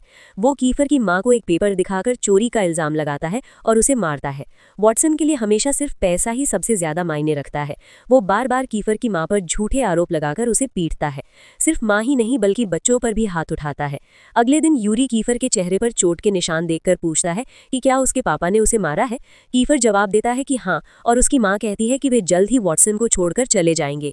तभी एंजेलो आता है और कहता है कि ऐसे जालिम पिता के साथ रहना बिल्कुल सही नहीं है। वहाँ कीफर एंजेलो से कहता है कि वो उसे मजबूत बनना सिखाए, क्योंकि वो अपनी माँ को प्रोटेक्ट करना चाहता है। 3 साल बाद कीफर, उसकी माँ और एंजेलो वॉटसन से अलग होकर रहने लगते हैं। इसी दौरान कीफर के छोटे भाई का जन्म होता है। बच्चे की वजह से उसकी माँ वॉटसन को माफ कर देती है और उसके पास वापस चली जाती है, लेकिन वॉटसन बिल्कुल नहीं बदलता, बल्कि पहले से भी ज्यादा बुरा हो जाता है। समय बीतता है और छोटा भाई 4 साल का हो जाता है। वॉटसन का जुल्म बढ़ता जाता है और एक दिन कीफर से ये सब सहा नहीं जाता। वो अपने पिता को रोकने की कोशिश करता है। गुस्से में वॉटसन कीफर को बुरी तरह पीटता है। माँ बीच में आकर रोकने की कोशिश करती है, लेकिन वॉटसन कीफर को छोड़कर उसकी माँ पर हमला कर देता है। वो उसे वायर से मारता है और इसी वजह से कीफर की माँ की मौत हो जाती है। फ्लैशबैक खत्म होने पर कीफर कहता है कि उस समय वो बहुत छोटा था और कुछ नहीं कर सका, लेकिन अब वो अपने भाइयों को वॉटसन के हाथों नहीं जाने देगा। वो बताता है कि पहले ही कीगन को उससे छीन लिया गया था और उस घटना के बाद कीगन पूरी तरह बदल गया। अब वॉटसन ग्रिन को भी छीनना चाहता है और कीफर ऐसा कभी नहीं होने देगा। कीफर की पास्ट सुनकर जेजे की आंखों में आंसू आ जाते हैं। वो कहती है कि उसे माफ कर दे, वो उसकी मदद नहीं कर पाई। उसका पापा बहुत ही बेरहम इंसान है और कीफर ने जिंदगी में बहुत कुछ सहा है। कीफर जेजे को रोते देख दिलासा देता है और कहता है कि वो बहुत बहादुर है। जेजे धीमी आवाज में कहती है कि उसकी जिंदगी भी बहुत मुश्किलों से भरी रही है। जेजे कहती है कि उसने बहुत कुछ सहा है, लेकिन जो कुछ कीफर ने झेला है वो उससे भी ज्यादा दर्दनाक है। जेजे हैरानी से पूछती है कि उसने अकेले ये सब कैसे किया, लेकिन कीफर इस सवाल का जवाब नहीं देता और कहता कहता है कि बहुत देर हो चुकी है, अब घर चलते हैं। जाते जाते कीफर उसे सख्त लहजे में समझाता है कि आगे से ऐसा कुछ भी मत करना, उसे ये बिल्कुल पसंद नहीं है कि वो आदमी उसके अपनों को छुए। कीफर जेजे को घर छोड़कर चला जाता है। जेजे डरते डरते घर में घुसने ही वाली होती है, तभी अंदर से एरिस निकल आता है। वो उससे पूछता है कि वो कहाँ से आ रही है। जेजे चुप रहती है। एरिस गुस्से में कहता है कि ये दूसरी बार है जब उसने उसे इस तरह देखा है, पहले भी एक बार देख चुका है। जेजे पूछती है कि उसने क्या देखा। इस पर एरिस सीधे सवाल पूछता है कि जेजे और कीफर के बीच आखिर चल क्या रहा है।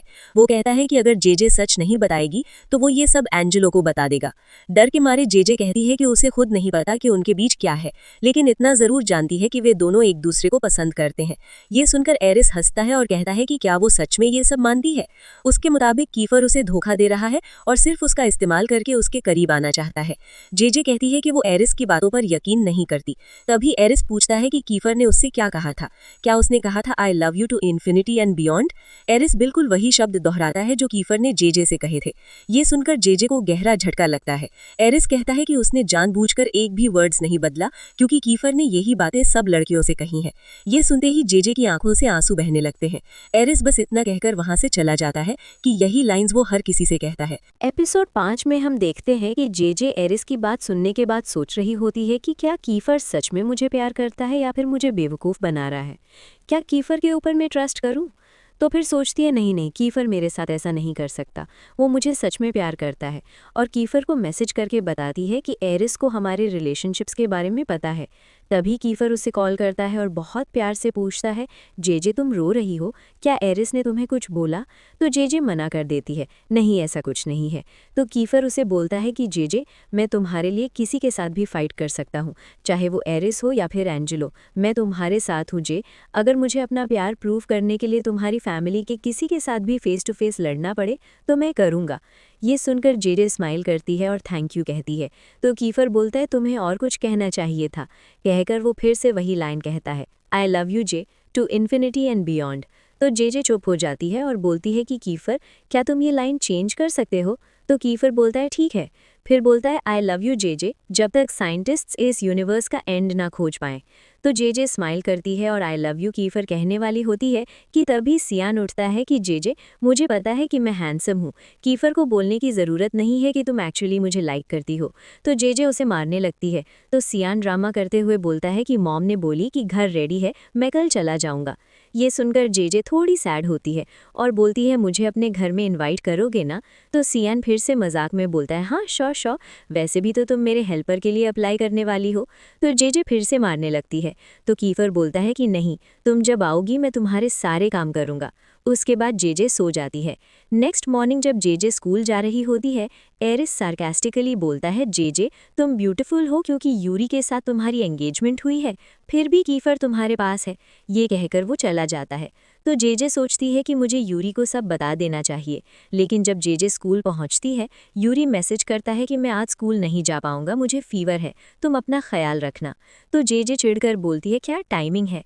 तब कीफर पीछे से आकर बोलता है कि क्या हुआ? तो जेजे पहले मना कर देती है कि कुछ नहीं। कीफर उसे सीएन के बारे में पूछता है तो जेजे बोलती है वो रकी से मिलने गई है। तो कीफर फिर से पूछता है कि जेजे तुम्हें क्या परेशानी है? तो जेजे बोलती है मैं बहुत गिल्टी महसूस कर रही हूँ, मैं यूरी को अब झूठ नहीं बोल सकती, मैं हमारे बारे में यूरी को बताना चाहती हूँ। तो कीफर बोलता है हाँ ठीक है, मुझे भी बुरा लग रहा है कि फिर से हम दोनों एक ही लड़की को प्यार कर बैठे। और बोलता है कि मैं क्लास के बाद तुम्हें ले जाऊँगा। तो जेजे बोलती है नहीं, मैं खुद चली जाऊँगी। तो कीफर बोलता है मुझे पता है, लेकिन मैंने बोला था ना हम मिलकर सभी सिचुएशन का सामना करेंगे, और वैसे भी मैं यूरी से मिलने ऊपर नहीं जाऊँगा, नहीं तो हमारे बीच फाइट हो जाएगी, मैं नीचे तुम्हारा वेट करूँगा। तो जेजे स्माइल करके उसे थैंक यू बोलती है। नेक्स्ट सीन में जेजे रोते हुए यूरी को सारी बात बता देती है। तो यूरी बोलता है कि जेजे तुम्हें क्या लग रहा है, मुझे पता नहीं है, मुझे सब कुछ पता है, मैं न्यू ईयर वाली बात के बारे में भी जानता हूँ। फिर से कीफर जीत गया और मैं हार गया। लेकिन फिर गुस्से से बोलता है जेजे तुम सिर्फ मेरी हो, तुम कीफर के साथ रिलेशनशिप में रहो या ना रहो, शादी तो तुम्हें मुझसे ही करनी होगी। नेक्स्ट सीन में जेजे ये सारी बात कीफर को बताती है। तो कीफर बोलता है कि तुम टेंशन मत लो, मैरिज के लिए अभी बहुत टाइम है, हम इस प्रॉब्लम को शॉर्ट आउट कर लेंगे। और जेजे को प्यार से बोलता है कि अब तुम रोना बंद करो, और जेजे को एक प्यारा सा किस करता है और जेजे का फेस साफ कर देता है। उसके बाद कीफर बताता है कि उसने पर्सी से बात की थी और उसे जेजे के पापा का कॉन्टैक्ट नंबर लाके कॉल भी किया था, लेकिन उनके असिस्टेंट ने कॉल रिजेक्ट की और पर्सी का कॉल रिकॉर्डिंग सुनाता है। उसके बाद जब वो दोनों जेजे के घर पहुंचते हैं, सामने एंजेलो को देखकर छुपने लगते हैं, तो जेजे टीज करते हुए बोलती है, तुम तो मेरे लिए एंजेलो से फाइट करने वाले थे, अब छुप रहे हो। तो कीफर बोलता है, तो क्या हुआ, एंजेलो बहुत स्ट्रांग है, मुझे उसके लिए प्रिपेयर करना पड़ेगा। फिर कुछ टाइम बाद एंजेलो वहां से चला जाता है और जब कीफर जेजे को छोड़ने जाता है, सामने एरिस आ जाता है और जेजे को पकड़कर ले जाने लगता है। तो कीफर भी जेजे का हाथ पकड़कर एरिस के सामने जेजे को आई लव यू बोलता है और किस भी करता है। ये सब देखकर एरिस वहां से चला जाता है और कीफर भी चला जाता है। जेजे बस कंफ्यूज होकर खड़ी रह जाती है। नेक्स्ट मॉर्निंग जब जेजे सियान की लगेज शिफ्ट करने में हेल्प कर रही होती है, उसके हाथ से बैग छूट जाता है और सीधा जाकर एरिस के ऊपर गिरता है। तो एरिस चिढ़कर वहां से चला जाता है। फिर एंजेलो आकर सियान की लगेज ले लेता है, सियान को घर छोड़ने के लिए। जेजे भी उनके साथ जाती है। जब वो लौट रहे होते हैं तो एंजेलो को उसकी मॉम कॉल करके बोलती है, जल्दी से घर आओ, एरिस को हॉस्पिटल लिया गया है। तो वो दोनों जल्दी से घर जाते हैं।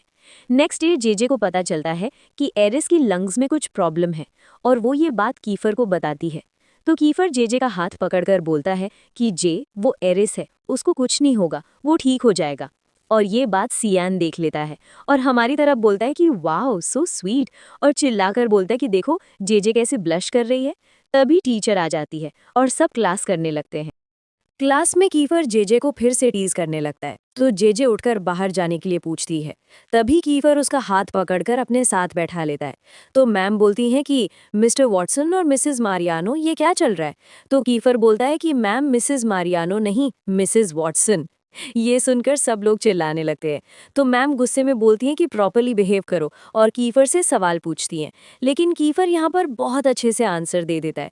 ये देखकर जेजे तो शॉक्ड रह जाती है, लेकिन बाकी कुछ क्लासमेट्स जो कि यूरी की फ्रेंड्स होते हैं, उन्हें देखकर साफ पता चलता है कि उन्हें जेजे और कीफर को क्लोज देखकर अच्छा नहीं लग रहा है।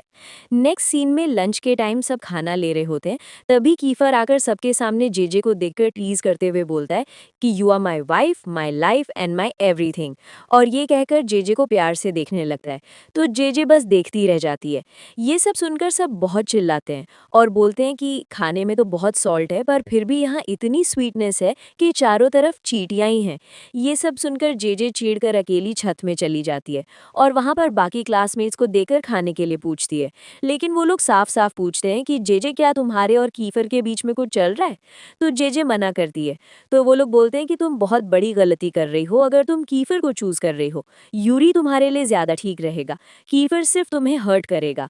और एक क्लासमेट बोलता है कि फिर से एक लड़की के लिए सेक्शन ई डिवाइड हो गई। ये कहकर वो लोग चले जाते हैं और जेजे ये सब सुनकर बहुत हर्ट फील करती है।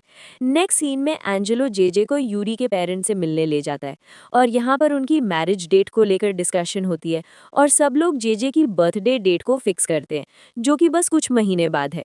यहाँ तक कि यूरी की मॉम ये भी पूछ लेती हैं कि जेजे वेडिंग गाउन देखने कब चलोगी। तो जेजे बोलती है कि आपको जब ठीक लगे। साफ दिख रहा होता है कि जेजे को ये सब पसंद नहीं आ रहा होता, तो वो वॉशरूम का बहाना बनाकर वहां से चली जाती है। यूरी भी उसके पीछे पीछे जाता है और बोलता है कि जेजे प्लीज सबके सामने ऐसे मत रिएक्ट करो कि तुम मुझसे शादी करना नहीं चाहती, और हाँ, मैं कीफर से इस बार हारने वाला नहीं हूँ। मुझे पता है कि तुम कीफर से प्यार करती हो, बट लास्ट में तुम्हें मुझसे ही शादी करना पड़ेगा। ये कहकर यूरी वहां से चला जाता है। तभी जेजे की एक फ्रेंड दिख जाता है और बोलता है कि वो लोग उसकी गर्लफ्रेंड की बर्थडे सेलिब्रेट करने आए थे, कीफर भी आया है और अंदर यूरी की मॉम सबको देकर खाने के लिए इनवाइट की है। ये सुनकर जेजे जब अंदर जाती है तो देखती है कि एक लड़की कीफर के पास बैठकर उससे बहुत क्लोज होकर बात कर रही होती है। ये देखकर जेजे चिढ़ जाती है और तभी यूरी के पेरेंट्स और एंजेलो एक फ्रेंड को मिलने चले जाते हैं। उसके बाद यूरी जेजे को खाने के लिए उसकी प्लेट में खाना देता है। तो वो लड़की पूछती है कि तुम दोनों के बीच क्या रिलेशन है। तो यूरी बोलता है कि हम लोग फ्रेंड्स ज्यादा हैं बट लवर्स से कम। तो वो लड़की कमेंट पास करते हुए बोलती है कि हाँ, कुछ लोग अपनी रिलेशनशिप ऑफिशियल करना नहीं चाहते। उसके बाद वो जेजे को बोलती है कि मैंने तुम्हें कहीं देखा है। तो जेजे भी बोलती है कि इट्स इम्पॉसिबल, क्योंकि मेरी ब्यूटी बहुत यूनिक है, और बोलती है कि मैंने भी कहीं तुम्हें देखा है। जब वो लड़की पूछती है कि कहाँ, तो जेजे बोलती बोलती है कि जू, तुम एक एनिमल हो। ये सब सुनकर सब हंसने लगते हैं। तो वो लड़की जेजे को बोलती है कि तुम बहुत फनी हो। तो जेजे बोलती है कि तुम बहुत अगली हो, और ज्यादा झगड़ा करने लगते हैं। सब लोग उन्हें शांत करते हैं। तो वो लड़की वॉशरूम चली जाती है। जेजे भी पीछे पीछे जाती है। वॉशरूम में वो लड़की जेजे को देखकर उसकी बॉडी को उसकी मॉम के बारे में बकवास करने लगती है। तो जेजे गुस्से में उस लड़की को पंच मारकर वहां से चली जाती है। बाहर फिर से कीफर जेजे के साथ फ्लर्ट करने लगता है और बोलता है कि क्या तुम जेलस हो। जेजे साफ मना कर देती है और चिढ़कर वहां से चली जाती है। नेक्स्ट डे क्लास में जब पेमेंट के बारे में पूछते हैं तो रोरी जेजे को बताता है कि तुम्हारे लिए कीफर ने दिया है। तो जेजे बोलती है कि मैं अपनी पेमेंट खुद कर सकती हूँ, तुम्हें देने की जरूरत नहीं है। तो कीफर जेजे को पकड़कर बोलता है कि तुमने कल रात मेरी कॉल रिसीव क्यों नहीं की, क्या तुम अभी भी जेलस हो? और मैं बता चुका हूँ कि तुम्हें जेलस होने की जरूरत नहीं है, क्योंकि आई एम ऑल योर्स। और ये कहकर वो जेजे को सबके सामने किस कर लेता है। कीफर की फ्रेंड्स ये देखकर बहुत चिल्लाते हैं, लेकिन यूरी की फ्रेंड्स ये सब देखकर चिढ़ जाते हैं। तभी यूरी भी क्लास में आ जाता है। तभी टीचर जेजे को बुलाकर कुछ पेपर्स देते हैं कि ये सब तुम्हें अपने पुराने स्कूल की टीचर से साइन करवाना पड़ेगा। लेकिन जेजे अपने पुराने स्कूल नहीं जाना चाहती, क्योंकि वो अपने एक्स बॉयफ्रेंड साइरस से नहीं मिलना चाहती। तो जेजे टीचर से पूछती है कि अगर मैं साइन ना करूं तो? टीचर बोलती है कि तुम ग्रेजुएट नहीं हो पाओगी। तो जेजे वो पेपर्स लेकर क्लास में आती है और देखती है कि यूरी के फ्रेंड्स और कीफर के फ्रेंड्स में झगड़ा चल रहा होता है, और जेजे आकर उनका झगड़ा बंद करने को बोलती है। एपिसोड 6 में हम देखते हैं कि जैसे ही जेजे स्कूल के लिए क्लास में एंटर करती है, उसे एटमॉस्फेयर थोड़ा अजीब लगती है। नॉर्मली क्लास के बच्चे काफ़ी मस्ती मजाक में रहते हैं, लेकिन आज सब लोग अनयूजुअली बहुत शांत हैं। सिर्फ इतना ही नहीं, पूरी क्लास क्लियरली 2 ग्रुप्स में डिवाइड है। जो कीफर को सपोर्ट करते हैं वो एक साइड, और जो यूरी को सपोर्ट करते हैं वो दूसरी साइड। ये सब देखकर जेजे के दिमाग में सवाल घूमने लगते हैं। वो सोचती है, जिस दिन मैं वापस आई थी उस दिन सब लड़ रहे थे, अब तक मैं इस प्रॉब्लम को सॉल्व क्यों नहीं कर पाई। सेक्शन ई में लड़ाई झगड़ा और फिर पैचअप नया नहीं है, लेकिन इस बार कुछ अलग फील हो रहा है। जरूर कोई सीरियस रीजन है। जेजे डिसाइड करती है कि अभी डायरेक्टली पूछना सही नहीं होगा। वो अपने मन में सोचती है कि अगर वो लोग खुद नहीं बता रहे तो मतलब बात सीरियस है। लेकिन एक बात उसे बिल्कुल पसंद नहीं, उसके क्लोज लोग उससे कुछ छुपा रहे हैं। इसी क्यूरियोसिटी में वो डिसाइड करती है कि वो उनका सीक्रेट खुद ही डिस्कवर करेगी। जैसे ही वो अपना बैग ओपन करती है, उसके अंदर से चॉकलेट बॉक्स निकलता है। जेजे तुरंत समझ जाती है कि ये चॉकलेट्स टीटो ने रखी होंगी, क्योंकि उसने पहले भी टीटो के हाथ में काफ़ी चॉकलेट्स देखी थी। जेजे चॉकलेट बॉक्स को टेबल पर रख देती है और सीएन को बुलाती है। तभी सीएन जैसे ही चॉकलेट्स देखता है, एक्साइटमेंट में पूछता है, ये मेरे लिए है? सीएन चॉकलेट लेने आगे बढ़ता है, लेकिन जेजे क्लियरली बोलती है, चॉकलेट तब मिलेगी जब तुम मेरे सवाल का जवाब दोगे। सीएन मना कर देता है और बोलता है कि वो उसके सवालों का जवाब नहीं दे सकता। ये कहकर वो मुड़कर जाने लगता है, लेकिन जेजे इजीली गिव अप नहीं करती। वो जानबूझकर एक चॉकलेट निकालकर खुद खाने लगती है। क्लास के सारे स्टूडेंट्स उसकी तरफ देखने लगते हैं। फिर वो एक एक करके चॉकलेट सबको दिखाती है और सीएन के पास लाती है। सीएन मुंह खोलकर चॉकलेट लेने आता है, लेकिन जेजे उसे देने के बजाय खुद ही चॉकलेट अपने मुंह में डाल लेती है। पूरी क्लास इरिटेट हो जाती है। जेजे जानबूझकर सबको टीज करते हुए चॉकलेट्स खाती रहती है। इसी बीच कीफर का मैसेज आता है, बस करो, स्टॉप इट। जेजे मैसेज देखकर भी इग्नोर कर देती है और ज्यादा बच्चों को चिढ़ाना शुरू कर देती है। आखिर में सीएन लगभग भीख मांगते हुए कहता है, प्लीज मुझे कम से कम एक पीस दे दो। तब जेजे सारे चॉकलेट बॉक्स दिखाकर बोलती है, मैं तुम्हें सारी चॉकलेट्स दे दूंगी, बस मेरे सवाल का जवाब दे दो। बाकी बच्चे सीएन को रोकने लगते हैं। वो कहते हैं, छोड़ दे, हम खुद चॉकलेट्स खरीद लेंगे, कुछ मत बता। लेकिन जेजे लगातार सीएन को प्रोवोक करती रहती है। आखिरकार प्रेशर में आकर सीएन उसके कान में सच बोल देता है, कीफर और यूरी के बीच फाइट हो गई है, इसलिए हम सब अपने अपने फेवरेट को सपोर्ट कर रहे हैं। ये सुनकर जेजे शॉक्ड हो जाती है। वो मन में सोचती है, तो यही हुआ है, लेकिन सेक्शन ई के अंदर ऐसा डिवाइड होना अलाउड नहीं है। वो तुरंत पूछती है कि असली प्रॉब्लम क्या है। तब कीफर सीएन को मना करता है कि वो और कुछ ना बोले। यूरी साइड के स्टूडेंट्स कीफर साइड वालों से कहते हैं कि सच बताओ, लेकिन वो लोग चुप रहने को बोल देते हैं। सिचुएशन और ज़्यादा टेंस हो जाती है। जेजे समझ जाती है कि अगर ये आगे बढ़ा तो बात बिगड़ सकती है, इसलिए वो चुपचाप सीएन को चॉकलेट बॉक्स दे देती है। तभी टीचर क्लास में आ जाते हैं और एग्जाम स्टार्ट हो जाता है। एग्जाम के दौरान जेजे अपने मन में सोचती है, जल्द ही रिट्रीट है, शायद वहां जाकर सब फिर से एक हो जाएंगे। एग्जाम खत्म होने के बाद सारे स्टूडेंट्स पेपर सबमिट करके निकल जाते हैं, लेकिन जेजे अभी भी लिख रही होती है। टीचर उसके पास आकर बोलते हैं कि पुराने स्कूल के डॉक्यूमेंट्स पर सिग्नेचर चाहिए और मंडे तक लाकर देना होगा। ये कहकर वो उसका पेपर लेकर चले जाते हैं। घर पहुंचकर जेजे सीएन को मैसेज भेजती है, जो सवाल मैंने पूछा था उसका जवाब दो, अगर नहीं दिया तो मुझसे बात मत करना। थोड़ी देर बाद सीएन उसे कॉल करता है और बोलता है कि वो नहीं चाहता कि बात और ज्यादा बिगड़े। जेजे कुछ कहना चाहती है, लेकिन सीएन बिना उसकी बात सुने बस प्लीज मुझे माफ कर देना बोलता है और कॉल कट कर देता है। उसके बाद एला एरिस के घर आती है। वो सिर्फ जेजे से बात करने के लिए ही आई है, लेकिन एक सेकंड के लिए वो हिचकिचाती है, क्या मुझे इससे बात करनी चाहिए। फिर वो डिसाइड करती है कि बात करना ज़रूरी है। एला सीधा जेजे के रूम में चली जाती है। रूम देखकर वो कैजुअली बोलती है, नाइस रूम। जेजे थोड़ी इरिटेटेड टोन में पूछती है, तुम यहाँ क्या कर रही हो। एला सीधा मुद्दे पर आती है और पूछती है, तुम और कीफर रिलेशनशिप में हो ना, फिर यूरी का क्या। जेजे कंफ्यूज होकर पूछती है, यूरी मतलब। तुरंत एला बोलती है, तुम्हें तो यूरी पसंद ही नहीं है, फिर तुम उससे मैरिज क्यों करने वाली हो। जेजे क्लियरली बोल देती है, ये सवाल तो मुझसे जाकर पूछो, मुझसे मत पूछो। तब एला शेल्फ से रिंग बॉक्स उठाकर देखते हुए बोलती है, मुझे यूरी के बारे में सब पता है, वो अभी भी होप के साथ जी रहा है, वो बिना रीजन के होप नहीं रखता। जेजे पूछती है, तुम कहना क्या चाहती हो। एला थोड़ी सीरियस टोन में बोलती है, यूरी से दूर रहो, तुम उसे हर्ट कर रही हो। ये सुनते ही जेजे ताली बजाकर सरकास्टिकली हंसती है और बोलती है, वाओ, ये बात कौन कह रहा है देखो, तुम ही थी जिसने सबसे पहले उसे हर्ट किया था, या वो भूल गई हो। एला बोलती है, तुम्हें नहीं पता क्या हुआ था, इसलिए ऐसे बात मत करो। जेजे तुरंत दरवाजा खोलकर कहती है, बस बाहर जाओ। एला भी पलटकर बोलती है, तुम्हें मेरे बारे में कुछ नहीं पता, इसलिए ऐसे बात मत करो। जेजे भी वही लाइन रिपीट करती है, और तुम्हें मेरे बारे में भी कुछ नहीं पता, अब जाओ। एला जाने से पहले जेजे के पास आकर एक लास्ट वार्निंग देती है, कीफर के साथ रहने का डिसीजन तुम्हें एक दिन जरूर रिग्रेट करना पड़ेगा, क्योंकि वहां पहले से मैं थी। ये कहकर वो चली जाती है। नेक्स्ट सीन में सब लोग रिट्रीट के लिए निकलते हैं। उसी वक्त यूरी को एला का मैसेज आता है, मुझे तुमसे अकेले में बात करनी है। यूरी मैसेज देख लेता है, लेकिन रिप्लाई नहीं करता। रिट्रीट पर दूसरी क्लास की फ्रेया और 2 और लड़कियां भी आती हैं। फ्रेया को वो जगह बिल्कुल पसंद नहीं आती, इसलिए वो बाकी दोनों को लेकर वापस चली जाती है। बाकी सब स्टूडेंट्स मजे से ग्रुप फोटोज लेते हैं। रात को सब लोग टेंट्स लगाकर स्टे करते हैं। जेजे टेंट लगाने में स्ट्रगल कर रही होती है, तब कीफर आकर उसकी हेल्प करता है। इसी बीच जेजे कीफर को बताती है कि कल उसे ओल्ड स्कूल जाकर पेपर्स पर सिग्नेचर्स लेने हैं। ये सुनकर सीएन बोलता है, मैं भी तुम्हारे साथ चलता हूँ। जेजे मना कर देती है और बोलती है कि टीचर को ऑलरेडी पता है, इसलिए वो अकेले ही जाएगी।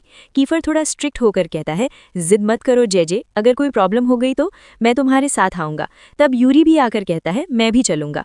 जेजे सिचुएशन हैंडल करते हुए बोलती है, मैं कल सुबह डिसाइड करूंगी, लेकिन मन ही मन वो प्लान बना लेती है। अगर दोनों जिद पर आ गए तो उनके उठने से पहले ही मैं क्वाइटली निकल जाऊंगी। बाद में सीएम खाना लेने जाता है और जेजे भी डिनर के लिए चली जाती है। जेजे के जाने के बाद कीफर सीक्रेटली एड्रिक्स को कॉल करता है और बोलता है, कल सुबह जेजे पर नजर रखना। नेक्स्ट मॉर्निंग जेजे अपने प्लान के मुताबिक सबको चक्कर देकर अकेली ओल्ड स्कूल के लिए निकल जाती है। एंट्रेंस पर सिक्योरिटी गार्ड उसे देखकर पूछता है, जेजे तुम हो। जेजे मजाक में बोलती है, नहीं मेरा होलोग्राम हो, आप कैसे हो। गार्ड दोबारा पूछता है, सच में जेजे ही हो, यहाँ क्यों आई हो, फिर से यहीं पढ़ने। जेजे बोलती है, नहीं सिर्फ कुछ पेपर्स पर सिग्नेचर्स लेने आई हो। गार्ड बोलता है, तुम जाने के बाद स्कूल में बहुत कुछ बदल गया। जेजे पूछती है, तो प्रॉब्लम सॉल्व हो गई। गार्ड बोलता है, पुराने लोग चले गए पर नए लोग आ गए। फिर कैजुअली बोल देता है, साइरस तुम्हारा बॉयफ्रेंड वो भी वापस आ गया है स्कूल में।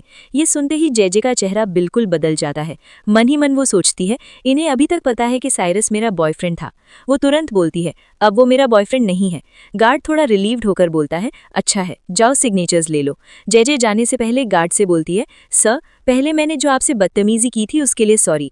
गार्ड कामली बोलता है, कोई बात नहीं, बस हमेशा केयरफुल रहना। जेजे हाँ में सर हिलाकर अंदर चली जाती है। अंदर जाते वक्त जेजे मन ही मन बोल रही होती है, बस साइरस के सामने मत पड़ना। लेकिन जिससे बचना चाहती थी वही सामने बैठा होता है। साइरस को देखते ही जेजे घबरा जाती है। साइरस बिल्कुल कूल और कॉन्फिडेंट स्माइल के साथ बोलता है, तुम्हें देखकर बहुत खुशी हुई। जेजे शॉक में कुछ बोल ही नहीं पाती। वो वहां से जाने की कोशिश करती है, लेकिन साइरस उसे जाने नहीं देता। वो उसकी गर्दन को कसकर पकड़ते हुए बोलता है, मुझे पता था तुम वापस आओगी। क्यों पता है? क्योंकि मैं तुम्हें बहुत मिस करता हूँ। जेजे दर्द और गुस्से के साथ बोलती है, साइरस मुझे छोड़ दो, बहुत दर्द हो रहा है। साइरस शांति से पूछता है, दर्द हो रहा है? मुझे भी बिल्कुल ऐसा ही महसूस हुआ था। ये बोलकर वो जेजे को छोड़ देता है। जय वहीं जमीन पर बैठ जाती है। साइरस उसकी तरफ मुस्कुराता है और बिना पीछे देखे वहां से चला जाता है। थोड़ी देर बाद उसी कमरे में एक मैडम आती है। जय को देखकर वो हैरानी से बोलती है, जय, क्या तुम जय हो? जय उनसे कागजों पर साइन करने की रिक्वेस्ट करती है। मैडम थोड़ा व्यंग्यात्मक लहजे में कहती हैं, आजकल तुम बहुत शालीनता से बिहेव कर रही हो। पहले तो मुझे देखते ही डांट दिया करती थी। चलो पहले तुम्हारा रजिस्टर चेक कर लेती हूँ, फिर साइन कर दूंगी। जय बिना कुछ बोले चुपचाप कमरे से बाहर निकल जाती है। बाहर साइरस फिर से आ जाता है और बोलता है कि उसे जय से थोड़ी बात करनी है। जय बिना रुके आगे बढ़ने लगती है। साइरस उसका हाथ पकड़कर रोक लेता है। गुस्से में जय उसके चेहरे पर जोर से घूंसा मार देती है। ठीक उसी पल 4-5 लड़के वहां आ जाते हैं। जय मजबूती से बोलती है, साइरस प्लीज, मैं बात नहीं करना चाहती, मुझे मजबूर मत करो। साइरस ठंडे लहजे में बोलता है, जो तुम अभी महसूस कर रही हो वही मैंने भी महसूस किया था। तभी एक लड़का दौड़कर आता है और जय के पैर पर लात मार देता है, जिससे जय नीचे गिर जाती है। तुरंत 4-5 लड़के मिलकर जय को पकड़ लेते हैं। साइरस घुसा मारने के लिए आगे बढ़ता है, लेकिन बिल्कुल सही समय पर कीफर और यूरी आ जाते हैं और साइरस को पकड़ लेते हैं। कीफर और यूरी दोनों मिलकर साइरस को बुरी तरह पीट देते हैं। जय भी उसे पकड़ने वालों को जोर से धक्का देकर गिरा देती है। तब तक बाकी दोस्त भी आ जाते हैं और साइरस के दोस्तों को भी संभाल लेते हैं। उसी वक्त डेविड आकर जय को उठाता है और पूछता है, तुम ठीक हो? पिट चुका साइरस गुस्से में चिल्लाता है, मैंने तुम लोगों का क्या बिगाड़ा? तुम्हारा और जय का क्या रिश्ता है? सारे लड़के एक एक करके जवाब देते हैं, वो हमारी क्लासमेट है, वो हमारी दोस्त है, वो हमारी परिवार का हिस्सा है। फिर यूरी बोलता है, वो हमारी सेक्शन ई की स्टूडेंट है। और आखिर में कीफर सीधा बोल देता है, वो मेरी है। ये सुनकर साइरस ताना मारता है, तुम लोगों ने ही उसे मेरे पास वापस भेज दिया, मैंने उसके साथ तस्वीरें भी ली हैं। ये सुनते ही कीफर और ज्यादा गुस्से में आ जाता है और दोबारा मारने बढ़ता है, लेकिन जय उसे रोक लेती है। कीफर पूछता है, क्यों? जय बोलती है, वो अभी अभी अस्पताल से डिस्चार्ज हुआ है, अगर फिर से कुछ हो गया तो? बाकी लड़के मजाक में बोलते हैं, तो फिर से अस्पताल भेज देंगे। उसके बाद कीफर जय को उठाकर ले जाता है और जाते जाते उसके माथे पर किस कर देता है। ये सीन देखकर यूरी का दिल टूट जाता है। बाद में कैंप में सब लोग साथ बैठकर खाना खा रहे होते हैं। डेविड जय के पास आकर पूछता है, सच में अस्पताल नहीं जाना? वो बोलती है, अगर ये बात ऑर्गेनाइजर तक पहुंच गई तो बेकार की परेशानी हो जाएगी, इसलिए छोड़ देते हैं। यूरी आकर जय के सामने बैठ जाता है। डेविड बोलता है, अगर कुछ चाहिए हो तो बिना झिझक कहना।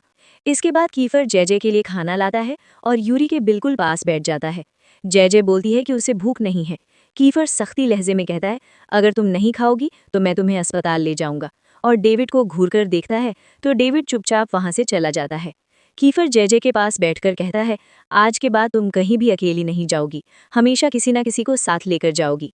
जय पूछती है, क्यों? कीफर गंभीर होकर बोलता है, थोड़ी देर पहले क्या हुआ तुम्हें याद है ना? अगर हम समय पर नहीं आते तो इस वक्त तुम अस्पताल में होती। जय धीरे से बोलती है, मुझे नहीं लगा था ऐसा कुछ होगा, वैसे भी कुछ हुआ नहीं। यूरी बोलता है, मैंने सोचा था साइरस अभी अस्पताल में ही होगा। जय समझाती है, वो कुछ दिन पहले ही डिस्चार्ज हुआ है, इसलिए स्कूल आया। कीफर पूछता है, तो क्या तुम्हें पहले से पता था? यूरी भी पूछता है, क्या तुम उसे देखना चाहती थी? ये सुनकर जय हैरान हो जाती है, क्या ऐसा कैसे हो सकता है? ना मैं उसे देखना चाहती थी ना बात। फिर कीफर फिर से पूछता है, फिर वहां क्यों गई? कहीं उसे देखने के लिए तो नहीं? जय चिढ़कर बोलती है, मैं क्यों ऐसा सोचूंगी? फिर वो कीफर और यूरी दोनों को बारी बारी से देखती है और पूछती है, क्या तुम दोनों जलन महसूस कर रहे हो? यूरी तुरंत बोलता है, नहीं। कीफर उसी समय बोलता है, हाँ। दोनों एक साथ जवाब देते हैं। जय कंफ्यूज हो जाती है और पूछती है, तुम दोनों इतना बड़ा मुद्दा क्यों बना रहे हो? तुम्हारे गुस्से की असली वजह क्या है? कीफर और यूरी एक साथ बोलते हैं, अभी भी समझ नहीं आया? तुम घायल हुई हो, इसलिए हम गुस्से में हैं, क्योंकि तुम हमारे लिए बहुत ज्यादा अहम हो। यूरी साफ साफ समझाता है, अगर उन दोनों का समय पर वहां पहुंचना मुमकिन नहीं होता तो जय को बचाने वाला कोई नहीं होता। यूरी की बात सुनने के बाद जय अब कीफर की तरफ मुड़ती है और उससे उसका एक्सप्लेनेशन पूछती है। कीफर बिना घुमाए फिराए सीधे बोल देता है, हाँ, मुझे जलन होती है। फिर वो कहता है, जिस लड़की को मैं पसंद करता हूँ अगर वो अपने एक्स बॉयफ्रेंड से मिलने जाए तो किस लड़के को अच्छा लगेगा? इस सवाल का जय के पास कोई जवाब नहीं होता। तब कीफर अपने पास खड़े लड़कों की तरफ देखकर बोलता है, तुम लोग ही बताओ। रोरी बोलता है, मैं तो पक्का जलन महसूस करता। दूसरा कहता है, मैं रो देता। डेविड बोलता है, हाँ, मैं कीफर के साथ हूँ। कीफर सबको थैंक यू बोलता है। उसके बाद कहता है, मैं नहीं रोता, तुम्हारी तरह स्ट्रांग बनता। और एक और बोलता है, मैं तो उसे सीधा मार देता। उन सबके जवाब सुनकर जय बोलती है, तुम सब पागल हो। फिर वो पूछती है, क्या सच में कोई साइरस से जल सकता है? तब कीफर थोड़ा पॉजेसिव लहजे में बोलता है, आज के बाद अगर मुझे पता चला कि तुमने फिर से उससे मिलने की कोशिश की तो मैं तुम्हें अपने घर में बंद कर दूंगा ताकि वो दोबारा तुम्हारे पास भी ना आ सके। यूरी उस बात को और आगे बढ़ाते हुए बोलता है, इससे अच्छा तो उसे ही जला देते हैं। कीफर हंसते हुए बोलता है, ग्रेट आइडिया, थैंक्स यूरी, बिल्कुल यही करेंगे। उसके बाद सब लोग टेंट्स की तरफ जाते हैं, लेकिन उनका कूलर बॉक्स गायब होता है। दूर से दिखता है कि कोई उसे उठाकर ले जा रहा है। सब लोग चेक करना स्टार्ट करते हैं कि और क्या क्या मिसिंग है। तब उन्हें वहाँ एक रुमाल मिलती है जो लड़कियां यूज करती हैं। जब ध्यान से देखा जाता है तो पता चलता है कि वो सेक्शन ए की एक लड़की की है। सब समझ जाते हैं कि शायद सेक्शन ए के लोग ही चीजें चुरा कर ले गए हैं। इसी बीच सीएन के टेंट को भी पूरी तरह से खराब कर दिया जाता है और जय का सॉफ्ट टॉय भी गायब होता है। तब सीएन अपना टेंट उठाकर देखता है तो उसके अंदर एक सांप दिखता है। सांप देखते ही वो जोर से चीखने लगता है। सीएन की आवाज़ सुनकर जय भागकर आती है और टेंट उठाकर चेक करती है। तब पता चलता है कि वो रियल स्नेक नहीं बल्कि टॉय स्नेक है। टॉय स्नेक देखकर सीएन के दिमाग में एक आइडिया आता है। वो बोलता है, इसी स्नेक का यूज करके हम अपनी चोरी हुई चीजें सेक्शन ए से वापस ले आ सकते हैं। इसके साथ ही एक नया प्लान बनता है। प्लान को एग्जीक्यूट करने के लिए कीफर सबको स्ट्रिक्ट इंस्ट्रक्शन देता है कि अगले दिन सुबह बहुत जल्दी उठना होगा। अगली सुबह सेक्शन ई के कुछ स्टूडेंट्स सेक्शन ए के टेंट के पास चोरी छुपके पहुंच जाते हैं। वो स्नेक को एक स्टिक से उठाकर टेंट के अंदर फेंक देते हैं और की आवाज़ निकालते हैं। जैसे ही लड़कियां स्नेक देखती हैं, डर के मारे चिल्लाती हुई वहां से भाग जाती है। स्नेक प्रैंक का फायदा उठाते हुए सेक्शन ई के स्टूडेंट्स टेंट के अंदर घुस जाते हैं और अपनी चोरी हुई सारी चीज़ें वापस ले लेते हैं। उसी वक्त कीफर दूसरे सेक्शंस में गए बच्चों को फ़ोन करके पूछता है कि सिचुएशन क्या है। वहां से रिप्लाई आता है कि सेक्शन सी ने सिर्फ खाने पीने का सामान उठाया था और वो भी वापस ले लिया गया है। थोड़ी देर में वो लोग भी आ जाते हैं। सारी स्टोलन आइटम्स रिकवर हो चुकी होती है। चीजें मिल जाने के बाद भी टेंट्स का डैमेज ठीक नहीं हो पाता, इसलिए उस रात सबको शेयर करके रहना पड़ता है। तब सजेशन आता है कि जय सीएन के साथ टेंट शेयर कर ले। जय मान जाती है, लेकिन कीफर तुरंत बना कर देता है क्योंकि शिन ने ड्रिंक्स ली होती है। वो कहता है जय लड़की है इसलिए ये ठीक नहीं। जय कामली बोलती है, कोई प्रॉब्लम नहीं, मैं और सीएन पहले भी रूम शेयर कर चुके हैं। इस पर कीफर बोलता है, रूम बड़ा होता है लेकिन टेंट बहुत छोटा होता है, कोई भी जय के साथ टेंट शेयर नहीं करेगा, समझे, एक्सेप्ट मी। लेकिन यूरी कहता है, कोई भी जय के टेंट में नहीं रहेगा। तब डेविड बीच में बोलता है, डिसीजन जय को लेने दो। जय एक्सप्लेन करती है कि टेंट में काफी जगह है। थोड़ी देर सोचकर कीफर बोलता है, ठीक है, तुम्हारी मर्जी। आखिरकार जय और सीएन एक ही टेंट में रात गुजारते हैं। अगली सुबह बाथिंग एरिया में जय अपनी फ्रेंड राखी से मिलती है। राखी प्यार से पूछती है, कैसी हो, तुम्हारे कैंप साइट पर भी स्नेक था क्या? जय बोलती है, हाँ था। राखी कहती है, हमारे साइट पर तो कुछ भी नहीं था। तब राखी की नज़र जय के गले पर पड़ती है जो थोड़ी लाल होती है। वो तुरंत पूछती है, किसने तुम्हें हर्ट किया? जय कवर करने की कोशिश करती है और बोलती है, कोई नहीं, कल स्नेक वाला सीन था ना, उसी में थोड़ा सा लग गया। लेकिन राखी उसकी बात पर बिलीव नहीं करती। राखी सीरियस टोन में जय से बोलती है, देखो जय, तुम्हें मेरे सामने एक्टिंग करने की कोई ज़रूरत नहीं है। मुझे पता है तुम रिलेशनशिप में हो और मुझे ये भी पता है कि वो कीफर है। अगर उसने तुम्हें हर्ट किया हो तो सीधा मुझे बता देना। जय तुरंत बोलती है, कीफर ने ये नहीं किया। फिर थोड़ा रुककर कहती है, हाँ, मुझे किसी ने हर्ट किया था लेकिन वो कीफर नहीं था। राखी पूछती है, फिर? मैंने कीफर का नाम क्यों लिया पता है? क्योंकि पहले भी वो ऐसा कर चुका है। वो बंदा थोड़ा साइको है, बहुत इजीली जेलस हो जाता है। ये सुनकर जय पूछती है, कौन? राखी जवाब देती है, ग्रेया। फिर वो कैजुअली बोलती है, फ्रेया ज्यादा मेकअप करती है, देखने में भी थोड़ी इरिटेटिंग लगती है, लेकिन इसका मतलब ये नहीं कि कोई लड़की किसी और लड़की को हर्ट करे। राखी फिर जय का गला देखती है और कहती है, सीरियसली कीफर नहीं था ना? देखो तुम्हारी नेक कितनी रेड हो गई है। जय इरिटेट होकर बोलती है, प्लीज ये टॉपिक फिर से स्टार्ट मत करो, और राखी वहां से चली जाती है। थोड़ी देर बाद सब लोग लंच के लिए जाते हैं। जय खाना लेकर जा रही होती है, तब फ्रेया जानबूझकर उससे टकराने वाली होती है। टकराती तो नहीं, लेकिन उसके एक्शन से जय डर जाती है। जय बोलती है, अगर खाना गिर जाता तो अच्छा थोड़ी लगता। तब मीका फ्रेया को रोकने की कोशिश करती है, लेकिन फ्रेया उसे चुप रहने को कह देती है। फिर फ्रेया सार्कास्टिकली जय से कहती है, गुड चॉइस। तभी यूरी वहां आ जाता है। जय कामली बोलती है, फ्रेया, मुझे कोई प्रॉब्लम नहीं चाहिए। फ्रेया ताना मारती है, सच? लेकिन मुझे प्रॉब्लम चाहिए। मीका दोबारा रोकने की कोशिश करती है, लेकिन फ्रेया नहीं सुनती और जय के बालों को पकड़कर खींचती है।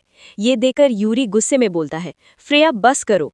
फ्रेया पलटकर चिल्लाती है, मैं बात कर रही हूँ, बीच में बोलने तू कौन होता है? तुझे लगता है मुझे तेरे बारे में कुछ नहीं पता? जय पूछती है, तुम्हें मुझसे प्रॉब्लम क्या है? फ्रेया जवाब देती है, तुम फ्लर्ट कर रही हो, वही मेरी प्रॉब्लम है। तब फेलिक्स आगे आकर कहता है, फ्रेया बस रुक जाओ। फिर गुस्से में बोलता है, जय से ऐसे बात मत करो। फ्रेया बोलती है, तुम ऐसे बात मत करो, तुम्हारे ब्रदर को ये पसंद नहीं आएगा। ये सुनकर जय के दिमाग में थॉट आता है, ब्रदर? ये पर्सी के बारे में बात कर रही है। अब अचानक पर्सी का नाम क्यों? जय पूछती है, पर्सी? फ्रेया शॉक होकर बोलती है, तुम्हें भी उसके बारे में पता है? तुम्हारे फ्रेंड्स ने बताया? क्या उन्होंने ये भी बताया कि तुम्हारे फ्रेंड्स ने मेरे साथ क्या किया था? जय मना कर देती है।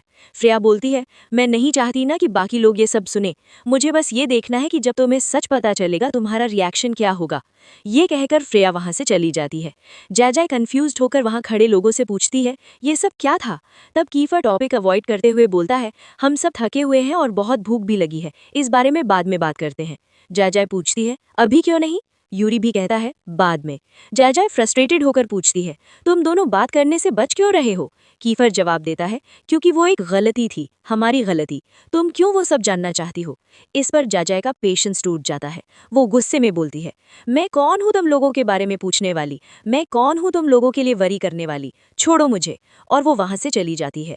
थोड़ी देर बाद जय अकेला रहना चाहती है और एक शांत जगह की तरफ जाती है।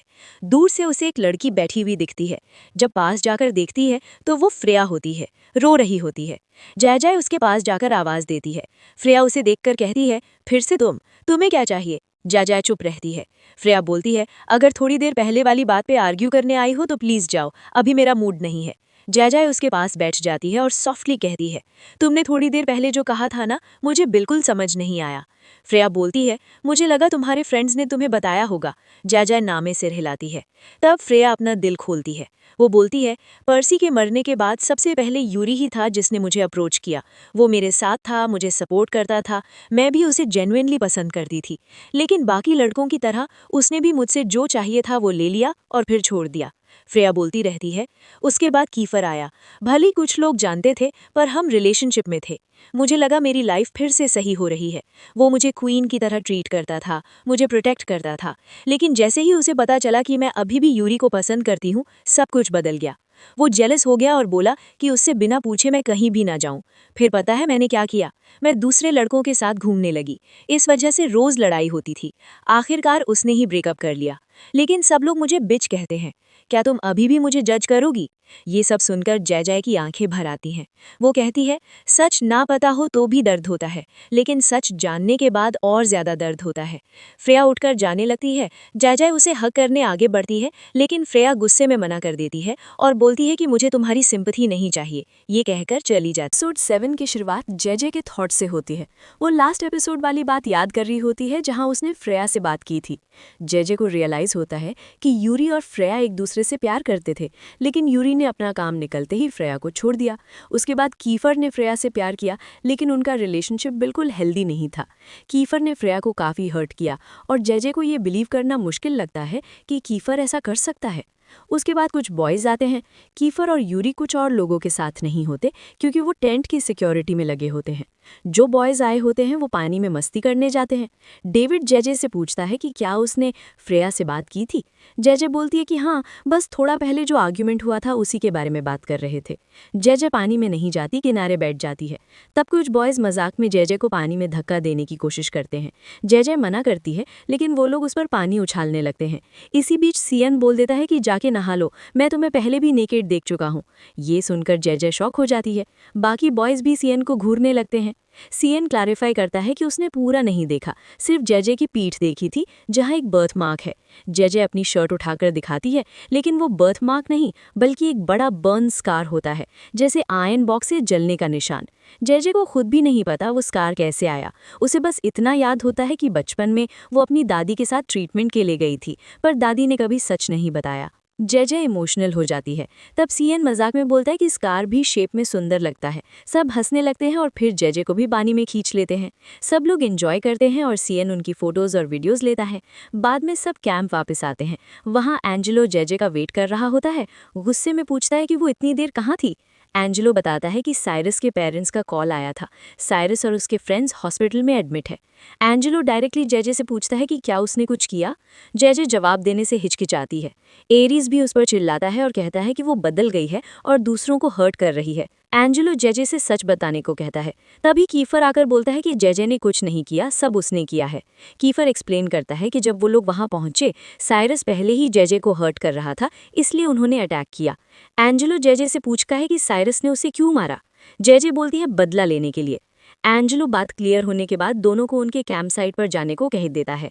रास्ते में जेजे कीफर से बात करती है। वो कहती है कि उसे कुछ क्वेश्चंस पूछने हैं। कीफर प्रॉमिस नहीं करता, पर बोलता है जितना हो सकेगा जवाब देगा। जेजे पूछती है कि क्या उसने फ्रेया को हर्ट किया। कीफर हाँ बोलता है और बताता है कि फ्रेया उसका फर्स्ट लव थी। वो उसे सब कुछ मानता था, लेकिन फ्रेया उससे प्यार करने के बाद भी यूरी को लव करती थी। ये बात कीफर बर्दाश्त नहीं कर पाया। उसे जेलसी हुई, इनसिक्योरिटी हुई और फ्रेया को खो देने का डर लगा। इसी वजह से उनके बीच फाइट्स हुई और एक दिन उसने कंट्रोल खो दिया। जेजे गुस्से और दर्द के साथ बोलती है कि चाहे रीजन कुछ भी हो, किसी लड़की को हर्ट करना गलत है। कीफर अपने आप को अपने फादर जैसा समझने लगता है और अंदर से टूट जाता है। जेजे जब कीफर से कहती है कि वो अलग है, तब कीफर सिंसियरली माफ़ी मांगता है और प्रॉमिस करता है कि वो दोबारा कभी वैसे बिहेव नहीं करेगा। जेजे पूछती है कि फिर फ्रेया से ब्रेकअप कैसे हुआ। कीफर बताता है कि उसमें एरीज का हाथ था। जेजे से पूछता है कि क्या उसे माइकल मिचेल याद है। जेजे हाँ बोलती है। कीफर एक्सप्लेन करता है कि माइकल ने उसे एरीज और फ्रेया के रिलेशनशिप के फेक फोटोज दिखाए, जैसे दोनों किस कर रहे हों। उस वक्त फ्रेया पहले ही ब्रेकअप कर चुकी थी और कीफर ही रिलेशनशिप बचाना चाहता था। फोटोज देखने के बाद उसने फ्रेया को छोड़ दिया। उसने कुछ रिएक्ट नहीं किया, बस फोन रख दिया और मूव ऑन कर गया। जेजे फिर पूछती है कि जब फ्रेया यूरी से प्यार करती थी, तब यूरी ने फ्रेया से क्या ले लिया और फिर उसे छोड़ दिया। कीफर बोलता है कि उसे एग्जैक्ट नहीं पता और उसने कभी यूरी से डायरेक्टली पूछा भी नहीं। जब जेजे के पास और सवाल नहीं होते, कीफर कहता है कि फ्यूचर में अगर कुछ पूछना हो तो बिना डरे पूछ सकती है। वो अपनी तरफ से बेस्ट आंसर देने की कोशिश करेगा। जेजे मुस्कुराती है और वहां से चली जाती है। नेक्स्ट सीन में जेजे गहरी नींद में होती है, लेकिन अचानक उसे अनकंफर्टेबल फील होता है।